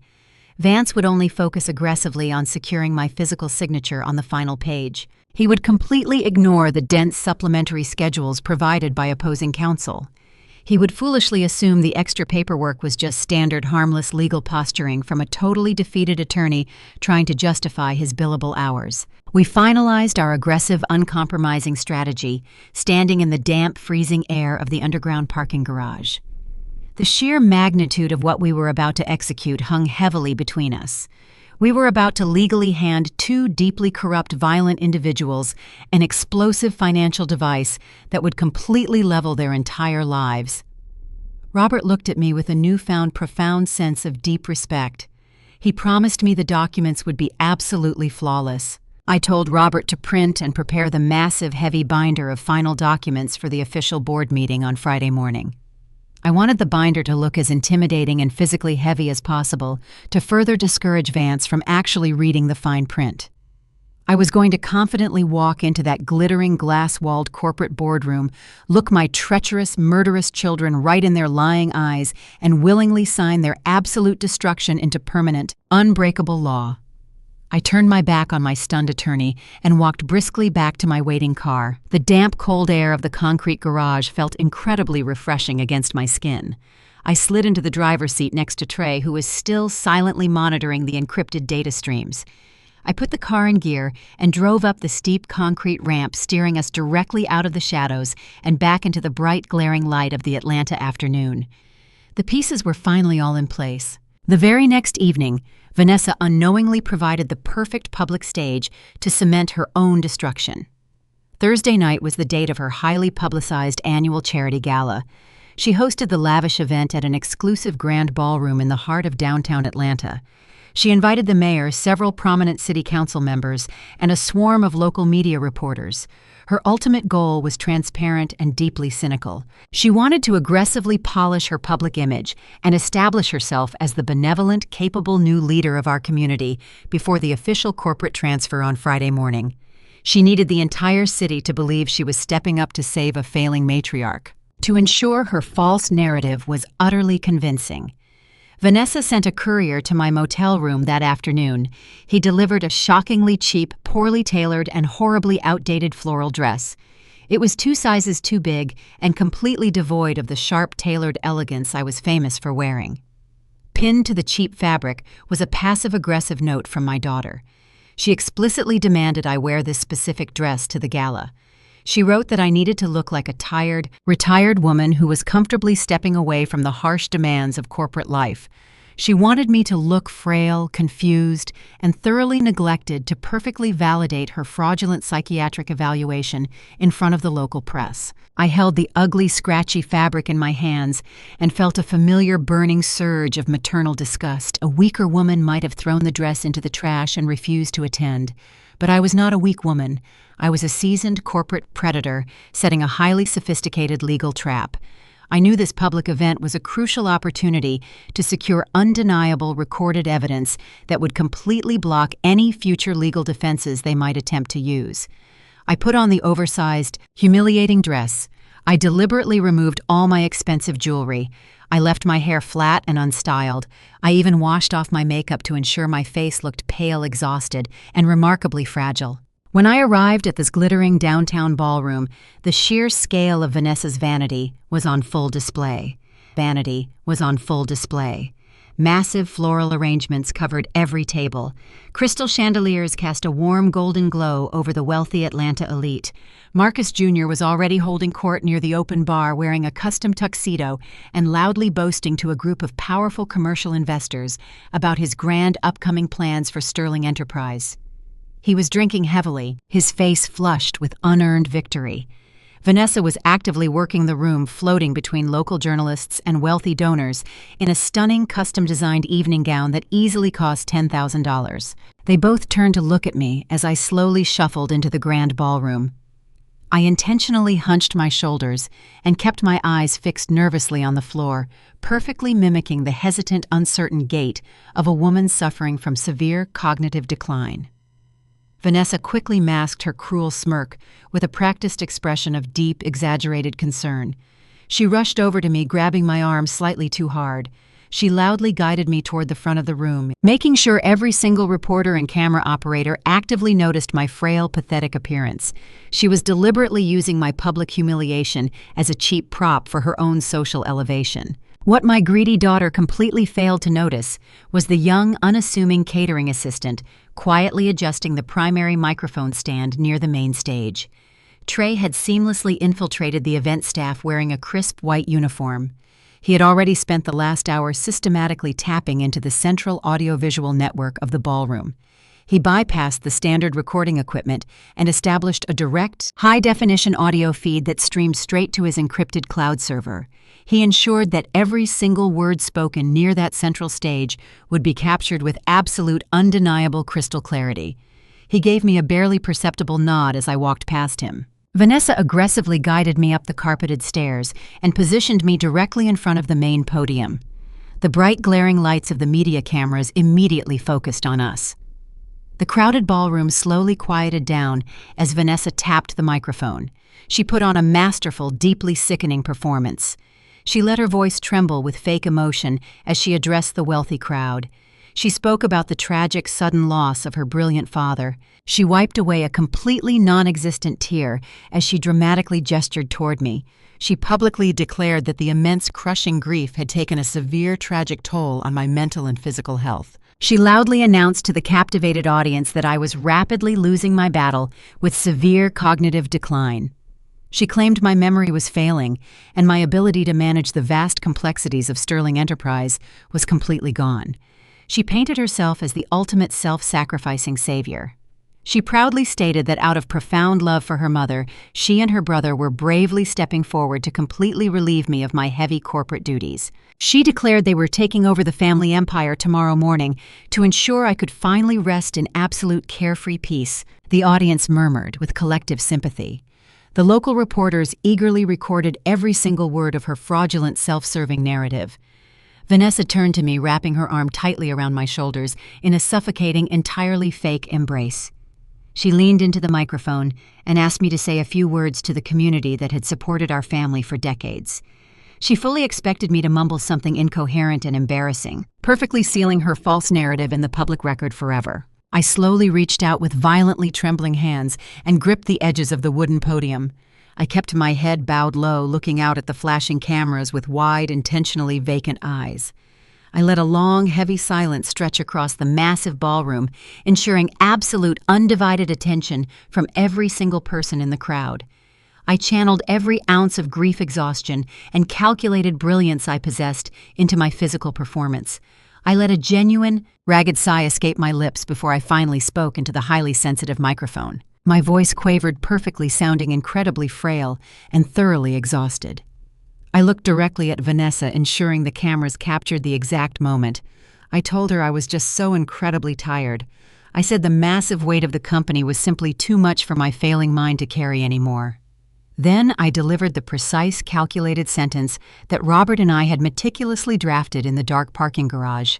I spoke loudly and clearly, answering perfect enunciation despite my feigned weakness. I told Vanessa I was deeply, profoundly grateful that she and Marcus Jr. were bravely taking on the entire massive burden of the family for me. I explicitly thanked them for voluntarily absorbing every single heavy liability, every hidden complication, and every overwhelming financial obligation associated with Sterling Enterprise. I publicly stated I was so relieved they were willingly placing the entire crushing weight of the company debts and legal responsibilities firmly onto their own young shoulders so I could finally wash my hands of the entire complicated mess. I finished my short speech by patting her hand with a trembling grandmotherly affection. I whispered a quiet, pathetic thank you directly into the microphone. The entire ballroom erupted into loud, thunderous applause. The wealthy attendees were deeply moved by the tragic, beautiful display of family devotion. The reporters eagerly snapped dozens of photographs of the touching, vulnerable moment. Vanessa beamed with absolute radiant pride, soaking in the massive public adoration. Marcus Jr. raised his glass of expensive champagne from the back of the room, loudly cheering for his sister. They were both so incredibly blinded by their own towering vanity and immense greed that they completely failed to realize what had just happened on that stage. They thought I had just publicly surrendered my dignity and confirmed my own mental incompetence. They did not understand that I had just forcefully trapped them in a permanent, inescapable legal corner.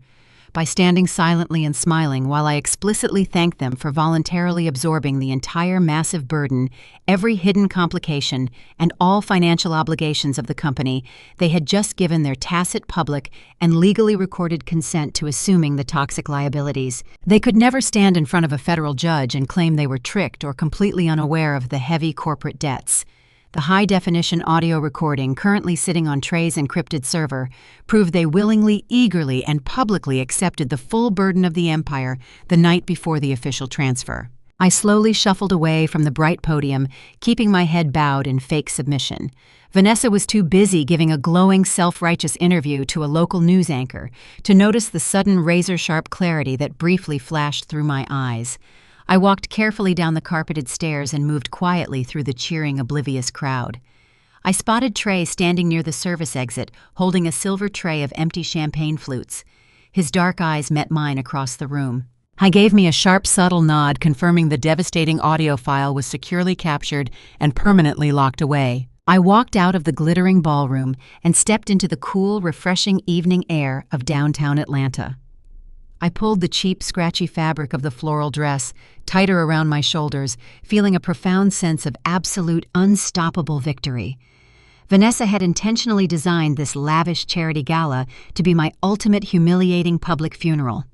She had provided the press the witnesses and the perfect spotlight to showcase her unearned triumph. But she had foolishly handed the microphone to a woman who knew exactly how to use her own arrogance to forge an unbreakable chain of legal evidence. The trap was now completely flawless. The heavy, crushing anvil of $35 million in toxic debt and impending federal criminal charges was hanging directly over their heads, suspended by a single fragile thread.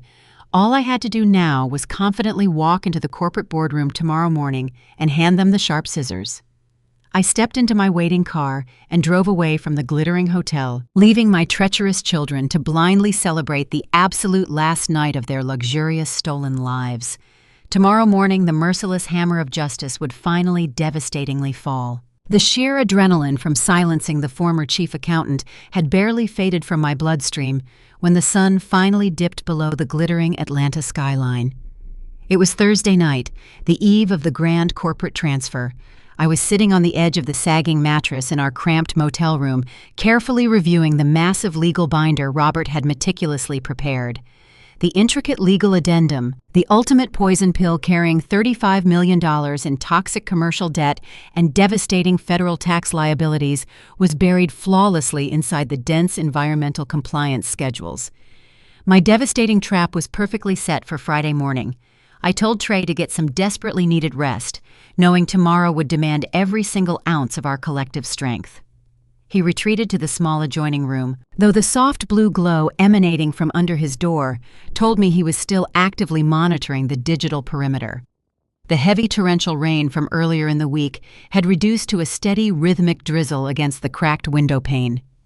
I poured myself a small glass of lukewarm tap water and closed my eyes, trying to calm the persistent nervous fluttering in my chest. We were mere hours away from absolute permanent victory or total crushing ruin.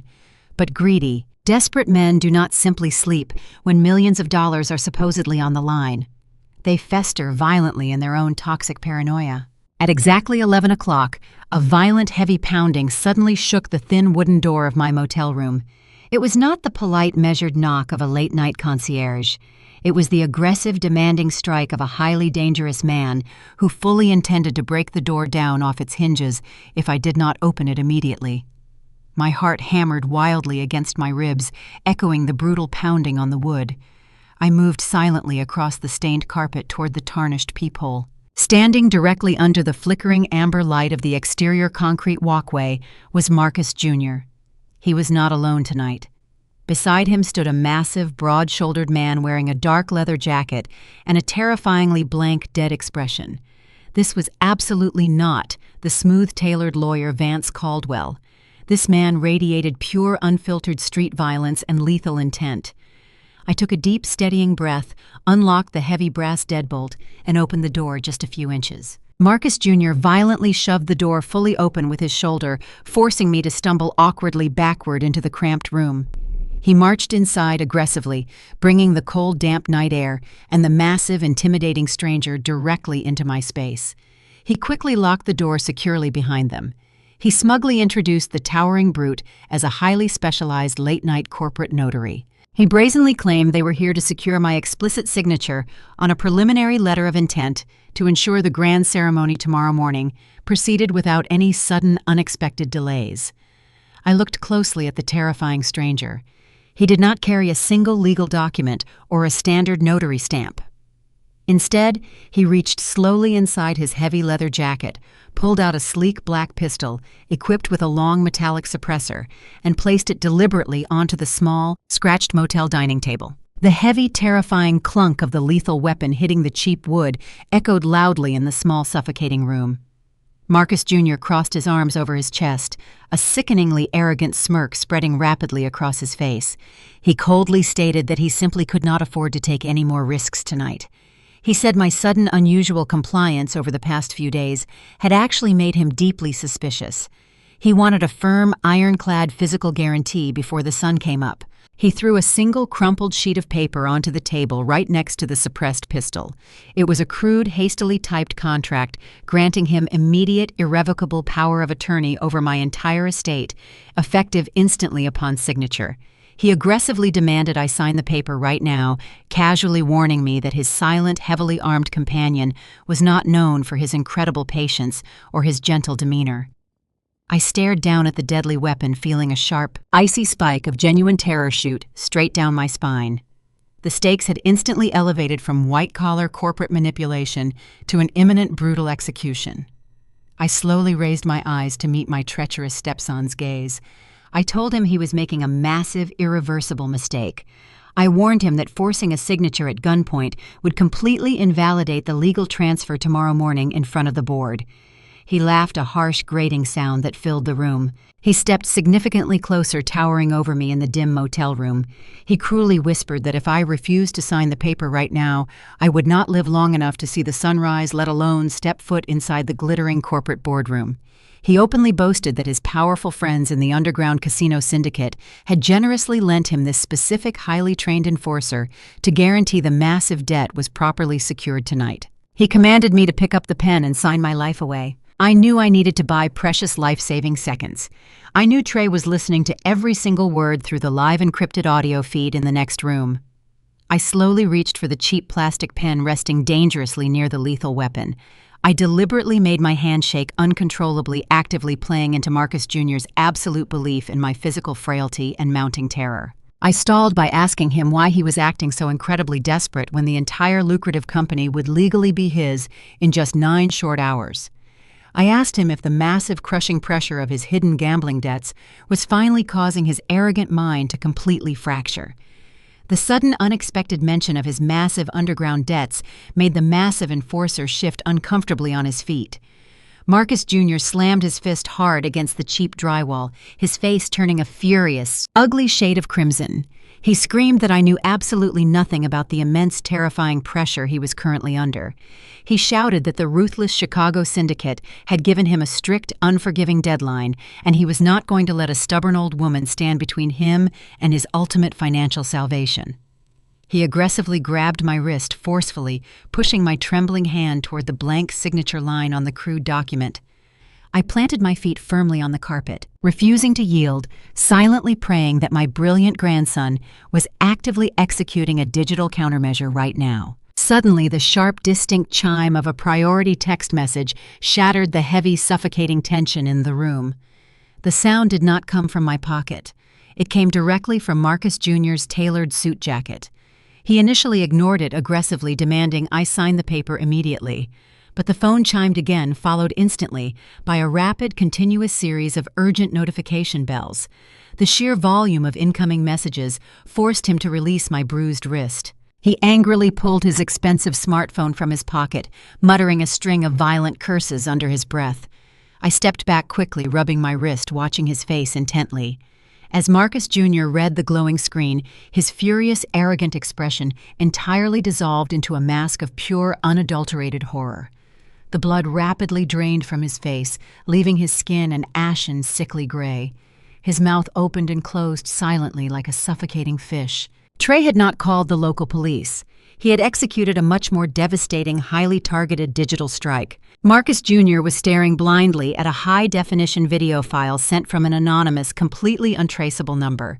Trey had spent the entire week thoroughly investigating every single dark corner of his father's pathetic, secretive life. He discovered Marcus Jr. had been secretly maintaining a lavish, expensive townhouse in the wealthy suburbs for his young mistress. The video playing on his phone was not a threat from the Chicago mob. It was a live, terrifying feed from a completely different, highly violent local Atlanta street gang to whom he also owed a massive sum of money. The shaky, terrifying footage showed his terrified mistress cornered in her lavish living room, completely surrounded by heavily armed, masked men, actively pouring gasoline across her expensive designer furniture. A distorted, digitally altered voice coldly informed Marcus Jr. that he had exactly 30 minutes to deliver $200,000 in raw cash to a specific drop point, or they were going to burn the townhouse to the ground, with her locked securely inside. The anonymous voice explicitly stated they knew he was currently wasting precious time trying to extort an old woman at a cheap motel instead of settling his actual pressing street debts. Total blinding panic instantly seized my stepson. He realized his secret double life had just violently collided in the worst possible way. He was currently standing in a motel room with an enforcer from one dangerous syndicate, while a completely different, equally violent gang was actively preparing to torch his hidden personal life to ashes. He could not risk the Chicago enforcer discovering he was simultaneously dodging massive debts from a rival Atlanta organization. Marcus Jr. frantically shoved the smartphone deep into his pocket, his hands shaking violently. He looked wildly around the small room, his chest heaving with rapid, terrified breaths. He abruptly turned to the massive, silent thug standing by the table. He nervously stammered that there was a sudden catastrophic complication regarding the asset liquidation. He breathlessly claimed they needed to leave the motel immediately to secure a massive cash deposit stashed in a different, highly secure location. The towering enforcer frowned deeply, clearly suspicious of the sudden frantic change in plans. He slowly picked up his suppressed pistol from the table and slid it back securely inside his heavy leather jacket. He coldly told Marcus Jr. that his violent employers were running completely out of patience and would not tolerate any more delays. Marcus Jr. did not even look at me again. He practically sprinted out the front door into the dark, rainy night, closely followed by the towering armed killer. The heavy wooden door slammed shut loudly behind them, the sound echoing sharply through the thin motel walls. I stood perfectly still in the center of the dim room, listening intently as the roaring engine of his luxury car sped recklessly out of the cracked parking lot. The sudden, absolute silence that followed was incredibly deafening. My knees finally buckled under the immense weight of the pure adrenaline leaving my system. I sank heavily onto the edge of the sagging mattress, taking long, deep breaths to steady my violently racing heart. I had just survived a literal execution attempt by the absolute narrowest of margins. The door connecting our rooms clicked open softly. Trey stepped into the dim light holding his glowing laptop. He looked pale, but incredibly fierce. He quietly told me the anonymous video was actually a highly sophisticated deepfake digital fabrication he had rapidly constructed using stolen social media footage and open-source voice-altering software. The armed gang pouring gasoline was entirely fake. But Marcus Jr.'s intense, blinding paranoia and immense guilt had made the terrifying illusion absolutely real to him. I looked at my brilliant, courageous grandson. I told him he had just saved my life. We had successfully weathered the absolute worst physical storm they could throw at us. The terrifying night was finally over, and the morning sun was quickly approaching. We were fully prepared to walk into that glittering boardroom and finish this brutal war once and for all. After my husband died, his children marched into my home and demanded his entire estate, the business and everything we had built from the ground up. My attorney begged me to fight them in court. Instead, I looked at them and said they could have it all.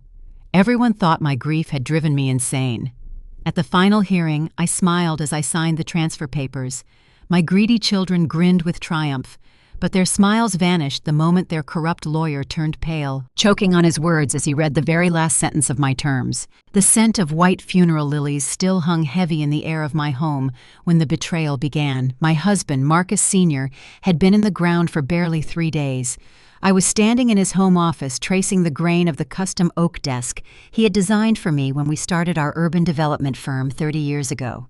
We built Sterling Enterprise from a single rundown storefront into the most successful commercial real estate company in Buckhead.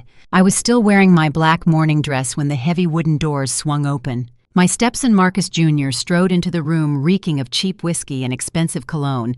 He threw a thick manila folder directly onto the center of the oak desk. The heavy thud echoed against the mahogany bookshelves. My biological daughter, Vanessa, walked in right behind him. She wore a designer dress that cost more than my first car, carrying a luxury handbag I knew she could not afford. They did not knock.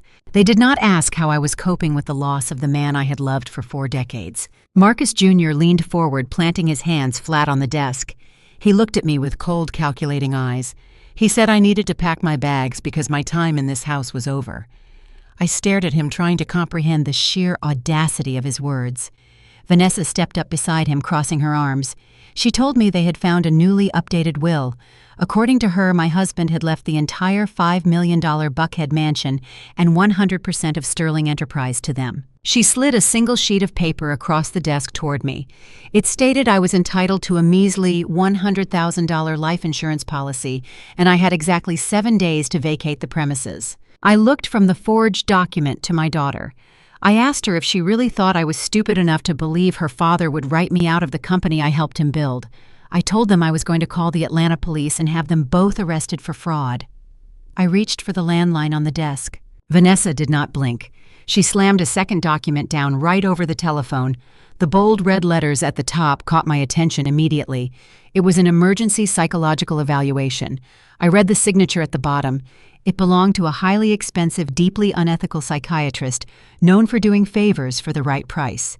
The evaluation claimed I was suffering from severe rapid-onset dementia brought on by grief. It stated I was a danger to myself and completely incapable of managing my own affairs. Vanessa leaned in close, her voice dripping with fake sympathy and real malice.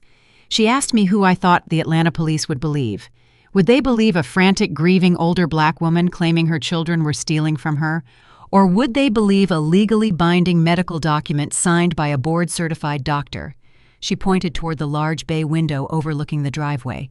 She told me an ambulance was parked right outside the gates. She said the paramedics were simply waiting for her signal. She gave me a choice.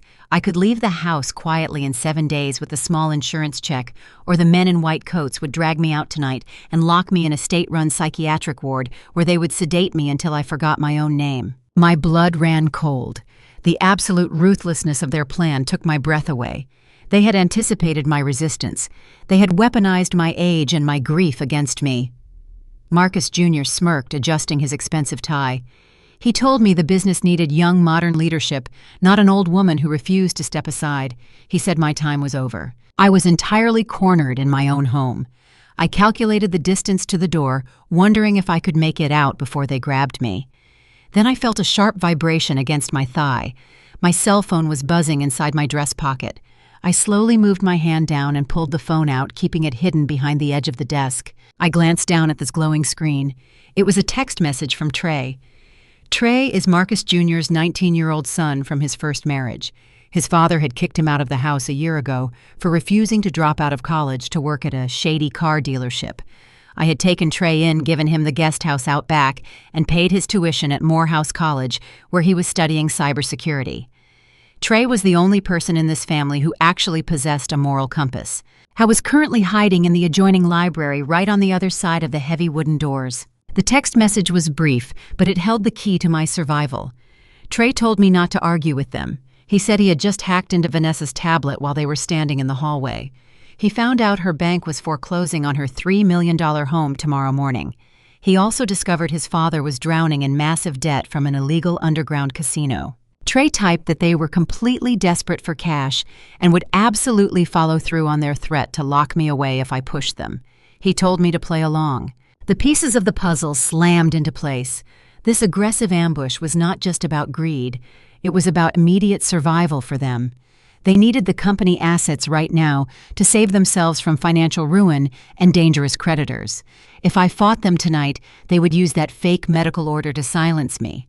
I needed to buy time. I needed to use their underestimation of me to my advantage. They thought I was just an aging widow who could be easily bullied. They forgot that I survived the brutal commercial real estate markets of the 1980s. They forgot I was a matriarch who knew how to wage war. I took a deep breath and let my shoulders slump. I allowed the genuine grief over my husband to rise to the surface, letting tears well up in my eyes. I made my hands shake visibly as I dropped the phone back into my pocket.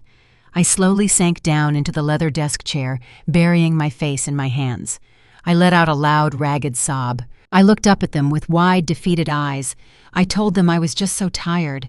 I said the loss of their father had broken my spirit, and I simply did not have the strength to fight them anymore. I whispered that they could take the house, the company, and the legacy. I told them I would sign whatever they needed me to sign, as long as they called off the ambulance and just let me grieve in peace. Marcus Jr. and Vanessa exchanged a look of pure, unadulterated triumph.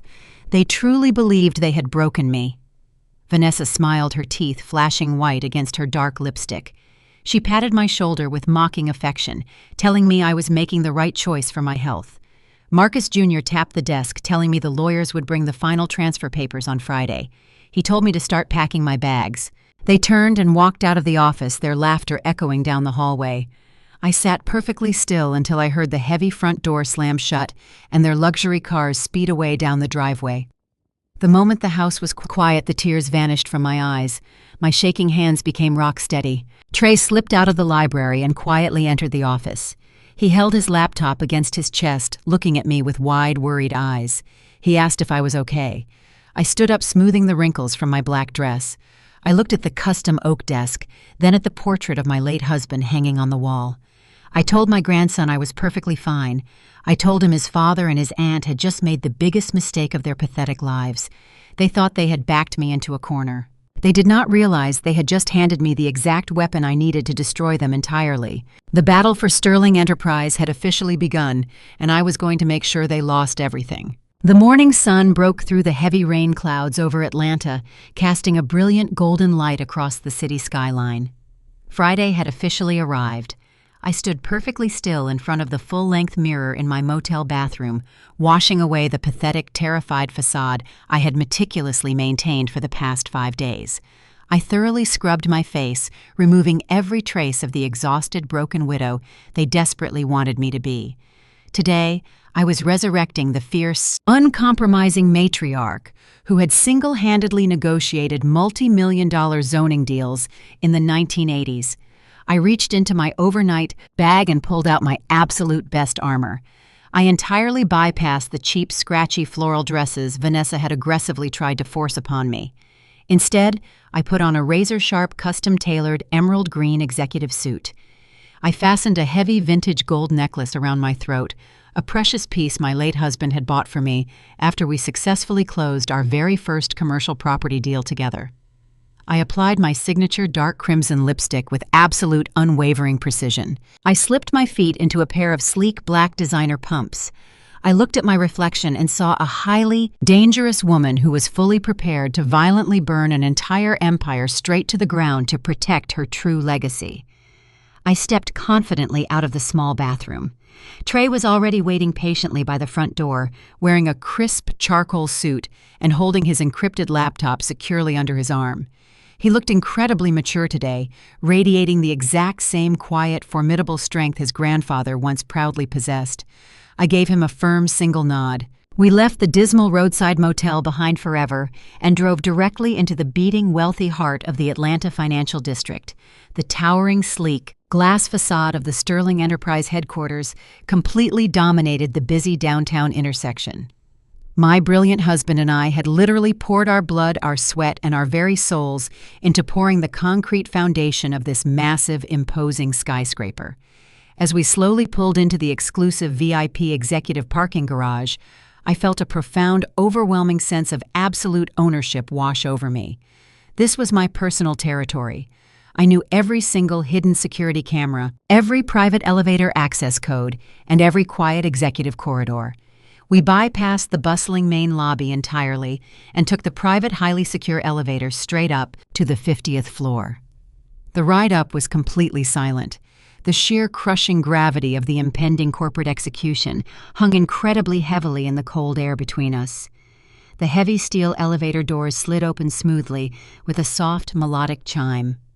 The 50th floor was the absolute crown jewel of our vast real estate empire, featuring panoramic floor-to-ceiling windows that offered a truly breathtaking, unobstructed view of the sprawling buckhead tree canopy far below.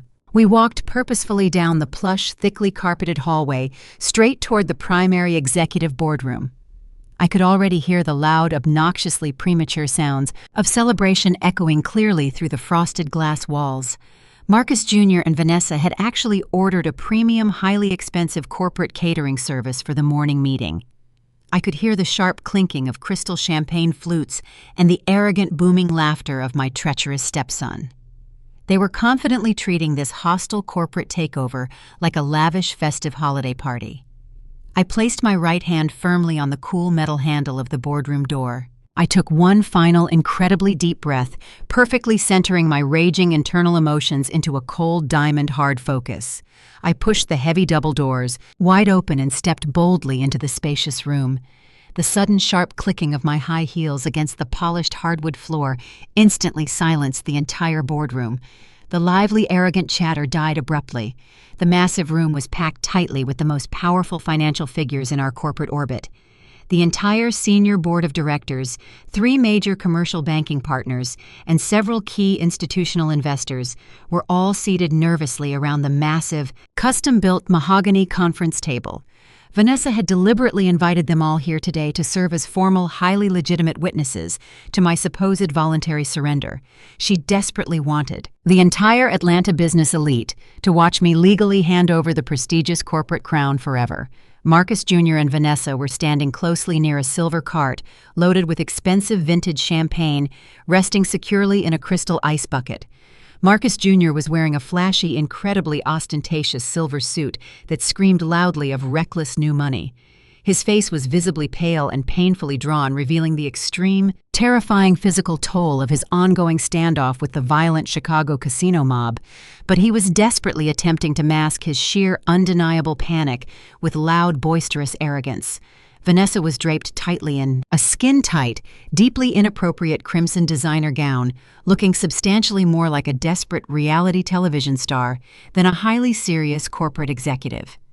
When they saw me standing silently in the open doorway, their arrogant, triumphant smiles froze completely on their very surprised faces. They had fully expected the frail, sobbing, utterly broken woman from the law office. They had eagerly anticipated the confused, stumbling victim from the charity gala. They were entirely unprepared for the towering, impeccably dressed, wildly confident matriarch currently staring them down aggressively.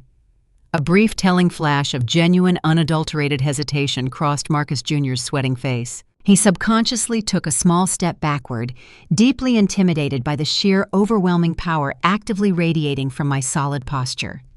Vanessa gripped her crystal champagne flute so tightly, her manicured knuckles turned stark white. but their blinding, desperate greed quickly overpowered their basic survival instincts. They simply had absolutely no other choice at all. They desperately needed the liquid corporate assets this morning to successfully save their own miserable lives. I walked slowly, maintaining a deliberate pace, straight to the absolute head of the long mahogany table, approaching the exact plush leather chair that rightfully belonged exclusively to my brilliant, late husband. I did not ask anyone for permission. I simply pulled the heavy executive chair back and sat down forcefully, crossing my legs with supreme, undeniable authority. Trey took a quiet, highly unassuming position, standing directly behind my right shoulder, his dark, calculating eyes sweeping the large room and mentally cataloging every single person present. The seasoned board members shifted incredibly uncomfortably in their expensive leather seats, actively avoiding my direct, piercing gaze. They were all highly complicit in this hostile corporate takeover, selfishly choosing to blindly follow the younger, flashy generation, rather than bravely defending the grieving loyal widow who had originally hired most of them. Vance Caldwell sat comfortably to my immediate left. The deeply corrupt lawyer looked incredibly smug, wearing a highly self-satisfied grin that made my stomach churn violently with pure disgust. He was absolutely reveling in his perceived mastermind status today. He reached down eagerly into his thick leather briefcase and hauled out a massive, highly intimidating stack of dense legal documents. It was the heavily modified, utterly lethal transfer package my loyal, brilliant attorney Robert had meticulously prepared the day before. The heavy binder was easily 3 inches thick, overflowing with complex, totally repetitive environmental compliance waivers, standard property indemnification schedules, and the fatal highly toxic liability addendum buried seamlessly deep inside the dense boilerplate text. Vance Caldwell aggressively pushed the massive heavy binder across the highly polished mahogany table until it rested directly in front of me. He did not bother to open the thick document or carefully review the intricate supplementary pages opposing counsel had explicitly provided. His towering, unchecked ego completely blinded him to the basic fundamental rules of mandatory legal due diligence. He arrogantly assumed the massive volume of paper was simply a pathetic, desperate stalling tactic from a completely defeated rival attorney actively trying to justify his final exorbitant billing hours. Vance leaned back comfortably in his plush leather chair, steepling his manicured fingers together tightly in a classic gesture of supreme condescension. He looked at me closely with a patronizing, entirely fake expression of deep professional sympathy. He turned his slick, highly arrogant face directly toward me. He aggressively tapped the top of the thick legal binder with his expensive gold-plated pen. He smirked triumphantly and told me all I needed was one single signature on the final page to be completely permanently set free. I looked down at the massive, heavy stack of dense legal paper resting directly in front of me on the polished mahogany table. I let my right hand hover slowly over the final, glaringly empty signature line. I looked back up at Vance Caldwell. His slick, arrogant face was practically glowing with unearned triumph. I told him in a quiet, intentionally subdued voice that I was perfectly willing to sign his document today. I stated I was completely ready to surrender the entire corporate empire right now. However, I softly added that my personal attorney had one final, extremely standard compliance schedule that needed to be officially attached to the master binder before I could legally commit my name to the transfer. I gestured slightly to my left. Robert stepped forward from his quiet, unassuming position near the frosted glass wall. He reached purposefully into his battered leather briefcase and pulled out a remarkably thin, highly unremarkable blue folder. He slid it smoothly across the long wooden table directly toward the corrupt lawyer. Robert kept his facial expression incredibly flat and his tone thoroughly bored. He casually stated it was just a routine periodic appraisal addendum regarding commercial environmental liabilities and standard property indemnification. He lied with absolute masterful precision. He claimed it was just a mandatory federal bureaucratic formality required by the city of Atlanta for transferring commercial properties of this specific massive square footage. Vance Caldwell let out a loud, deeply exasperated sigh. He snatched the thin blue folder from the table with a look of pure, unadulterated annoyance. He flipped it open carelessly, his eyes rolling in sheer frustration. I held my breath, keeping my facial muscles entirely vacant. If Vance actually bothered to read the dense, highly convoluted text printed on the third page, our entire brilliant master plan would instantly evaporate into thin air. He would immediately see the massive $35 million debt trap and the impending federal criminal liabilities. But my late husband was absolutely right about human nature. Vance Caldwell was a deeply flawed man driven entirely by his own towering, unchecked ego and his desperate burning need to secure his massive legal commission this morning. Vance glanced impatiently at the highly tedious, repetitive corporate boilerplate text located at the very top of the page. He saw generic legal words like environmental waste management and routine structural indemnification. His greedy eyes glazed over instantly. He arrogantly assumed Robert was just being a petty, completely defeated rival lawyer, trying to justify his final exorbitant billing invoice with meaningless time-wasting paperwork. Vance did not possess the patience or the basic professional diligence to thoroughly read the supplementary schedules. He dismissively shoved our fatal addendum directly into the exact center of his massive master binder. He confidently clicked his expensive pen and quickly initialed the top corner of the blue page to officially accept the legal insertion. He never bothered to read the devastating fine print hiding just a few paragraphs below his hasty initials. The lethal trap was now fully legally integrated into the binding corporate contract. The moment of absolute no return had finally arrived. I slowly reached into the inner breast pocket of my custom-tailored emerald green blazer. I pulled out a heavy, solid gold fountain pen. My brilliant late husband had used this exact same pen 30 years ago to sign the very first commercial property deed that officially launched Sterling Enterprise. He had always carried it proudly in his pocket for good luck. Today I was going to use his lucky golden pen to execute the ultimate, permanent corporate judgment against the very people who had violently betrayed his bloodline. I carefully unspooled the golden cap. I looked directly across the wide mahogany conference table. I locked eyes intimately with my biological daughter, Vanessa. Her dark eyes were burning with a toxic, uncontrollable, and deeply sickening greed. I slowly shifted my intense gaze to my treacherous stepson, Marcus Jr. He was literally bouncing on the heels of his expensive Italian shoes, sweating profusely from the sheer overwhelming anticipation of securing his unearned stolen wealth. I gave them both a slow, completely unreadable smile that did not reach my eyes. I deliberately lowered the sharp golden nib directly to the crisp white paper. I firmly, proudly signed my name on the final dotted line, pressing down hard enough to leave a deep, permanent physical indentation in the heavy cardstock. I calmly closed the heavy leather binder. I pushed it forcefully back across the wide table toward Vance Caldwell. The absolute deafening silence in the grand corporate boardroom shattered instantly. Marcus Jr. threw his arms wildly into the air and let out a loud, guttural scream of pure euphoric triumph. He forcefully slammed his open palms down hard on the mahogany table, shouting aggressively that the entire Atlanta empire was finally his to command. Vanessa actually jumped up and down in her stilettos. Her completely inappropriate skin-tight crimson dress rode up her thighs as she clapped her hands together like a spoiled, intensely triumphant child. She practically shoved a terrified, completely bewildered junior executive out of the way to reach the silver catering cart parked in the corner. She grabbed the chilled bottle of extremely expensive vintage champagne and popped the cork with a loud, aggressive, echoing bang. The foaming, bubbling alcohol spilled wildly over the sides of the dark green bottle, splashing carelessly onto the polished hardwood floor. She rapidly filled 3 delicate crystal flutes, handing one directly to her cheering brother and one to their deeply corrupt, widely grinning lawyer. They aggressively clinked their glasses high in the air, loudly toasting to their own brilliant, unparalleled, and thoroughly unearned success. The seated board members let out a collective, highly cowardly sigh of immense relief. The incredibly tense corporate standoff was finally over. They eagerly jumped up from their expensive leather seats and actively joined in the chaotic, loud celebration. The wealthy institutional investors and the spineless corporate executives were all thoroughly eager to quickly secure their own lucrative, highly paid positions under the flashy new management regime. They happily accepted glasses of poured champagne from Vanessa, completely abandoning any lingering pretense of loyalty or respect for the grieving widow, sitting silently at the head of the table. Marcus Jr. took a massive, greedy gulp of his bubbling champagne.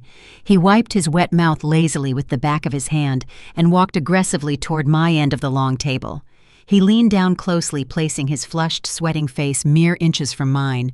His breath reeked heavily of stale alcohol and raw, unchecked, highly toxic malice. He gave me a vicious, deeply mocking grin that exposed his teeth. He completely dropped any remaining facade of basic human decency. He told me not to worry about my pathetic living arrangements tonight.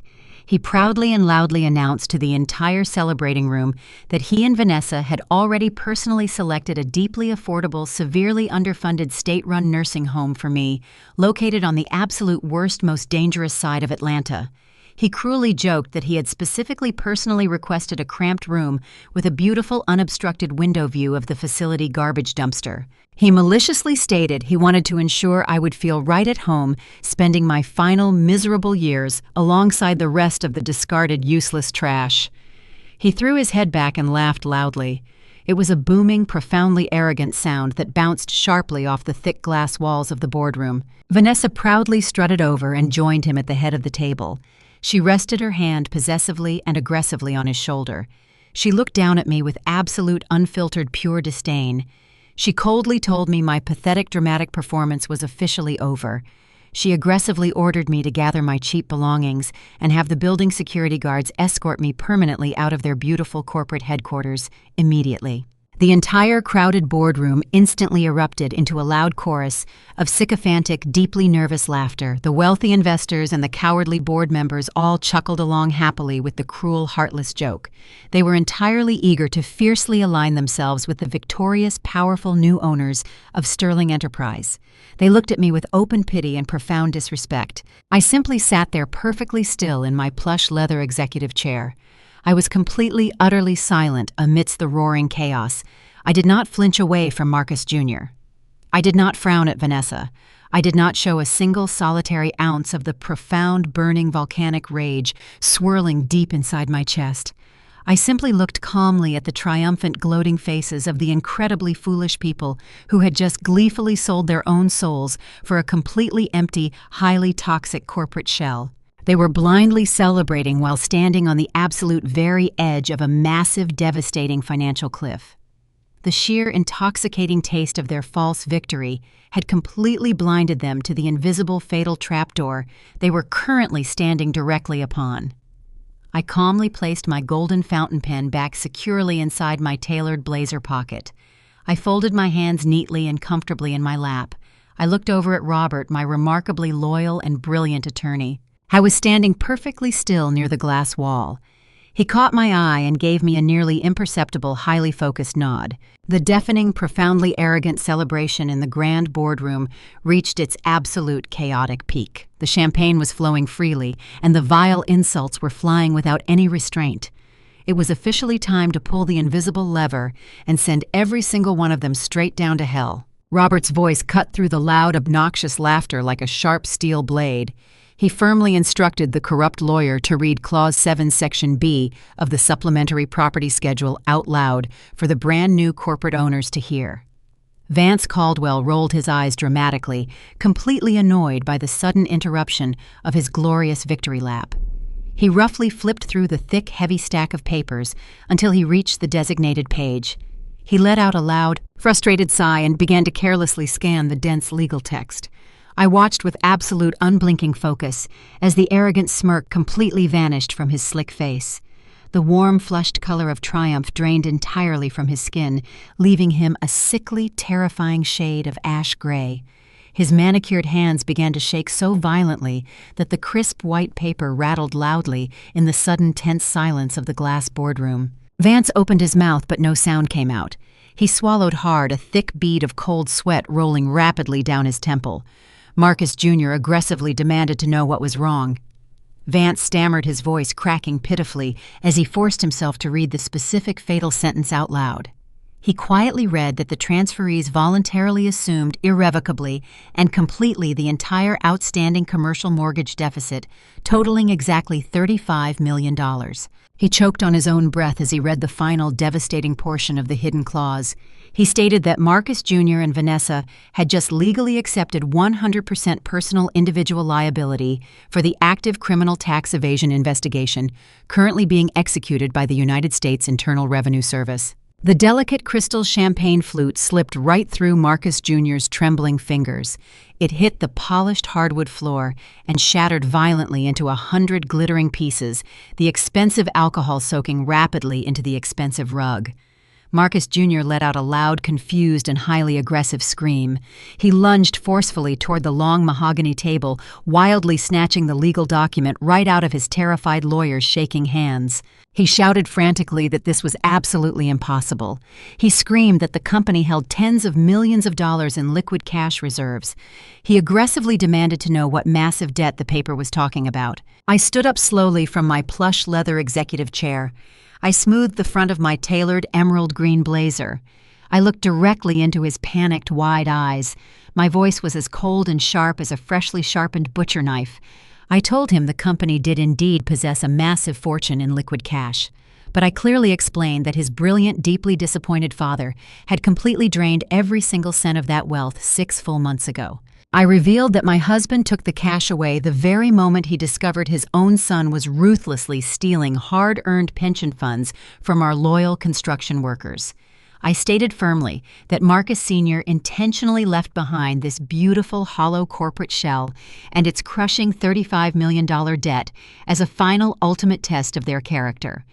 I told them if they had simply shown me a single ounce of genuine kindness or basic human respect, I would have used the hidden offshore trust to quietly pay off their massive debts. But they arrogantly chose to attack me. They violently chose to steal from a grieving widow. I smiled at them both and loudly congratulated them. I announced they had just officially legally become massive federal tax criminals and the biggest bank debtors in the entire state of Georgia. Total blinding panic instantly seized the corrupt lawyer.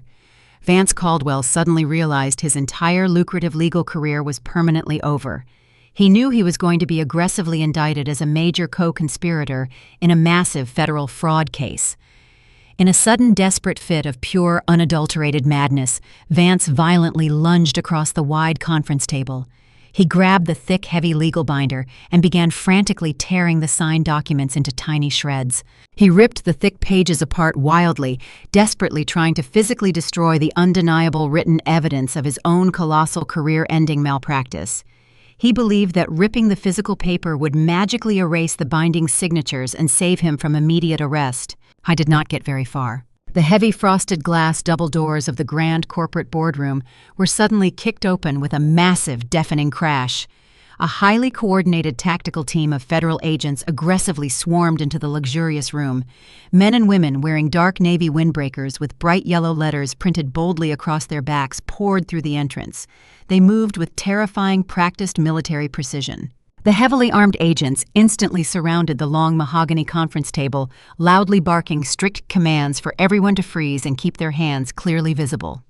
The wealthy institutional investors and the cowardly board members shrieked in absolute terror, pressing their backs flat against the cold glass walls, desperately trying to distance themselves from the radioactive new owners. The sheer force of the federal raid completely shattered the last remaining illusion of their unearned corporate supremacy. From directly behind the imposing wall of federal tactical agents, my brilliant 19-year-old grandson stepped confidently forward. Trey was securely holding his silver-encrypted laptop against his chest. He looked completely untouchable, radiating a fierce, righteous authority that made him look exactly like the powerful urban developer his grandfather once was. He walked right up to the edge of the polished mahogany table and looked directly at his trembling, terrified father and his screaming aunt. The young man who had been ruthlessly cast out and deemed a worthless failure by his own flesh and blood was now holding their ultimate, inescapable judgment securely in his hands. Trey addressed them with a booming, incredibly steady voice that echoed sharply over the chaotic shouting of the federal agents. He boldly told the corrupt lawyer that frantically tearing up the physical paper was a completely useless, pathetic gesture. Trey loudly announced that he had already securely transmitted the fully signed high-definition digital scans of the transfer contracts directly to the Federal Cybercrime Division 20 minutes ago. But Trey was not finished delivering his devastating payload. He looked his father right in the eyes and declared he had also sent the federal agents the crystal-clear high-definition audio recordings from the motel room. He explicitly stated the armed authorities were now in full possession of the undeniable proof that Marcus Jr. and Vance Caldwell had actively hired two armed violent thugs to physically execute a premeditated murder-for-hire plot against his grandmother. Trey then turned his intense, unyielding gaze directly toward Vanessa. He loudly informed the entire shocked room that he had successfully bypassed her personal encrypted cloud storage last night. He stated he had officially provided the federal financial investigators with the exact unredacted accounting ledgers, proving she had systematically embezzled hundreds of thousands of dollars from the local community church charity fund to quietly pay for her luxury sports cars and designer wardrobe. He detailed exactly how she had moved the stolen donation money through a series of fake offshore shell companies to obscure the massive, sickening theft. Absolute unprecedented chaos erupted inside the glittering boardroom. Vanessa let out a shrill, piercing scream of pure, unrestrained fury. She violently thrashed and kicked her high heels aggressively against the polished hardwood floor, loudly cursing my name and screaming horrific, vile obscenities as two female federal agents forcefully pinned her arms tightly behind her back. The cold, heavy steel handcuffs clicked loudly and permanently around her manicured wrists, the harsh sound cutting through her frantic wailing. The glamorous, utterly fake socialite was instantly reduced to a violently screaming, heavily restrained criminal suspect, her expensive designer dress tearing slightly at the shoulder as she was shoved aggressively against the glass wall. Marcus Jr. completely and utterly broke down. The false, flashy bravado he had worn like cheap armor entirely dissolved into a puddle of pathetic, whimpering cowardice. His legs physically gave out beneath him, unable to support the crushing weight of his sudden, absolute destruction. He dropped heavily to his knees, right into the sticky puddle of spilled, expensive vintage champagne on the floor. He frantically scrambled forward on his hands and knees, desperately reaching out toward me with shaking, trembling fingers. He tightly wrapped his sweating arms directly around my lower legs, staining the hem of my tailored trousers. He buried his wet, tear-stained face against my knees, sobbing hysterically like a terrified, thoroughly broken child. He loudly begged me for mercy, his voice cracking horribly. He frantically promised he would do absolutely anything I wanted if I just stopped the federal agents from taking him away. He screamed that he was my son and pleaded with me to please use the hidden Swiss trust fund to save his miserable life. I looked down at the pathetic, weeping man kneeling in the spilled alcohol at my feet. I felt absolutely nothing for him.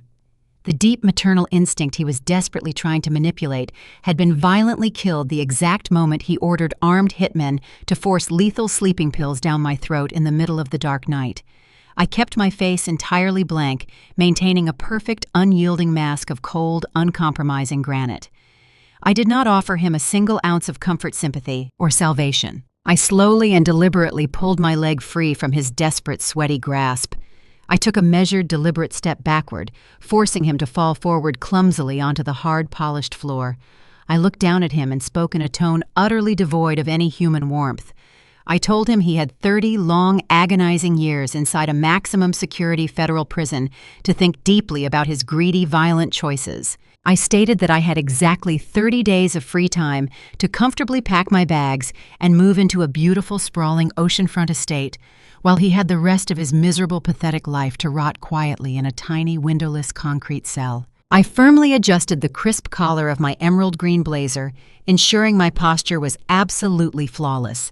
I did not shed a single solitary tear for the catastrophic ruin of the greedy monsters who had relentlessly tried to destroy me. I confidently stepped right over his weeping, trembling body lying on the floor. I walked proudly and calmly out of the chaotic, screaming boardroom with Trey right by my side, walking shoulder to shoulder with the grandson who had helped me execute the perfect revenge. We strode powerfully down the long, carpeted executive hallway without ever once looking back, leaving the treacherous heirs to be forcefully dragged out of the towering skyscraper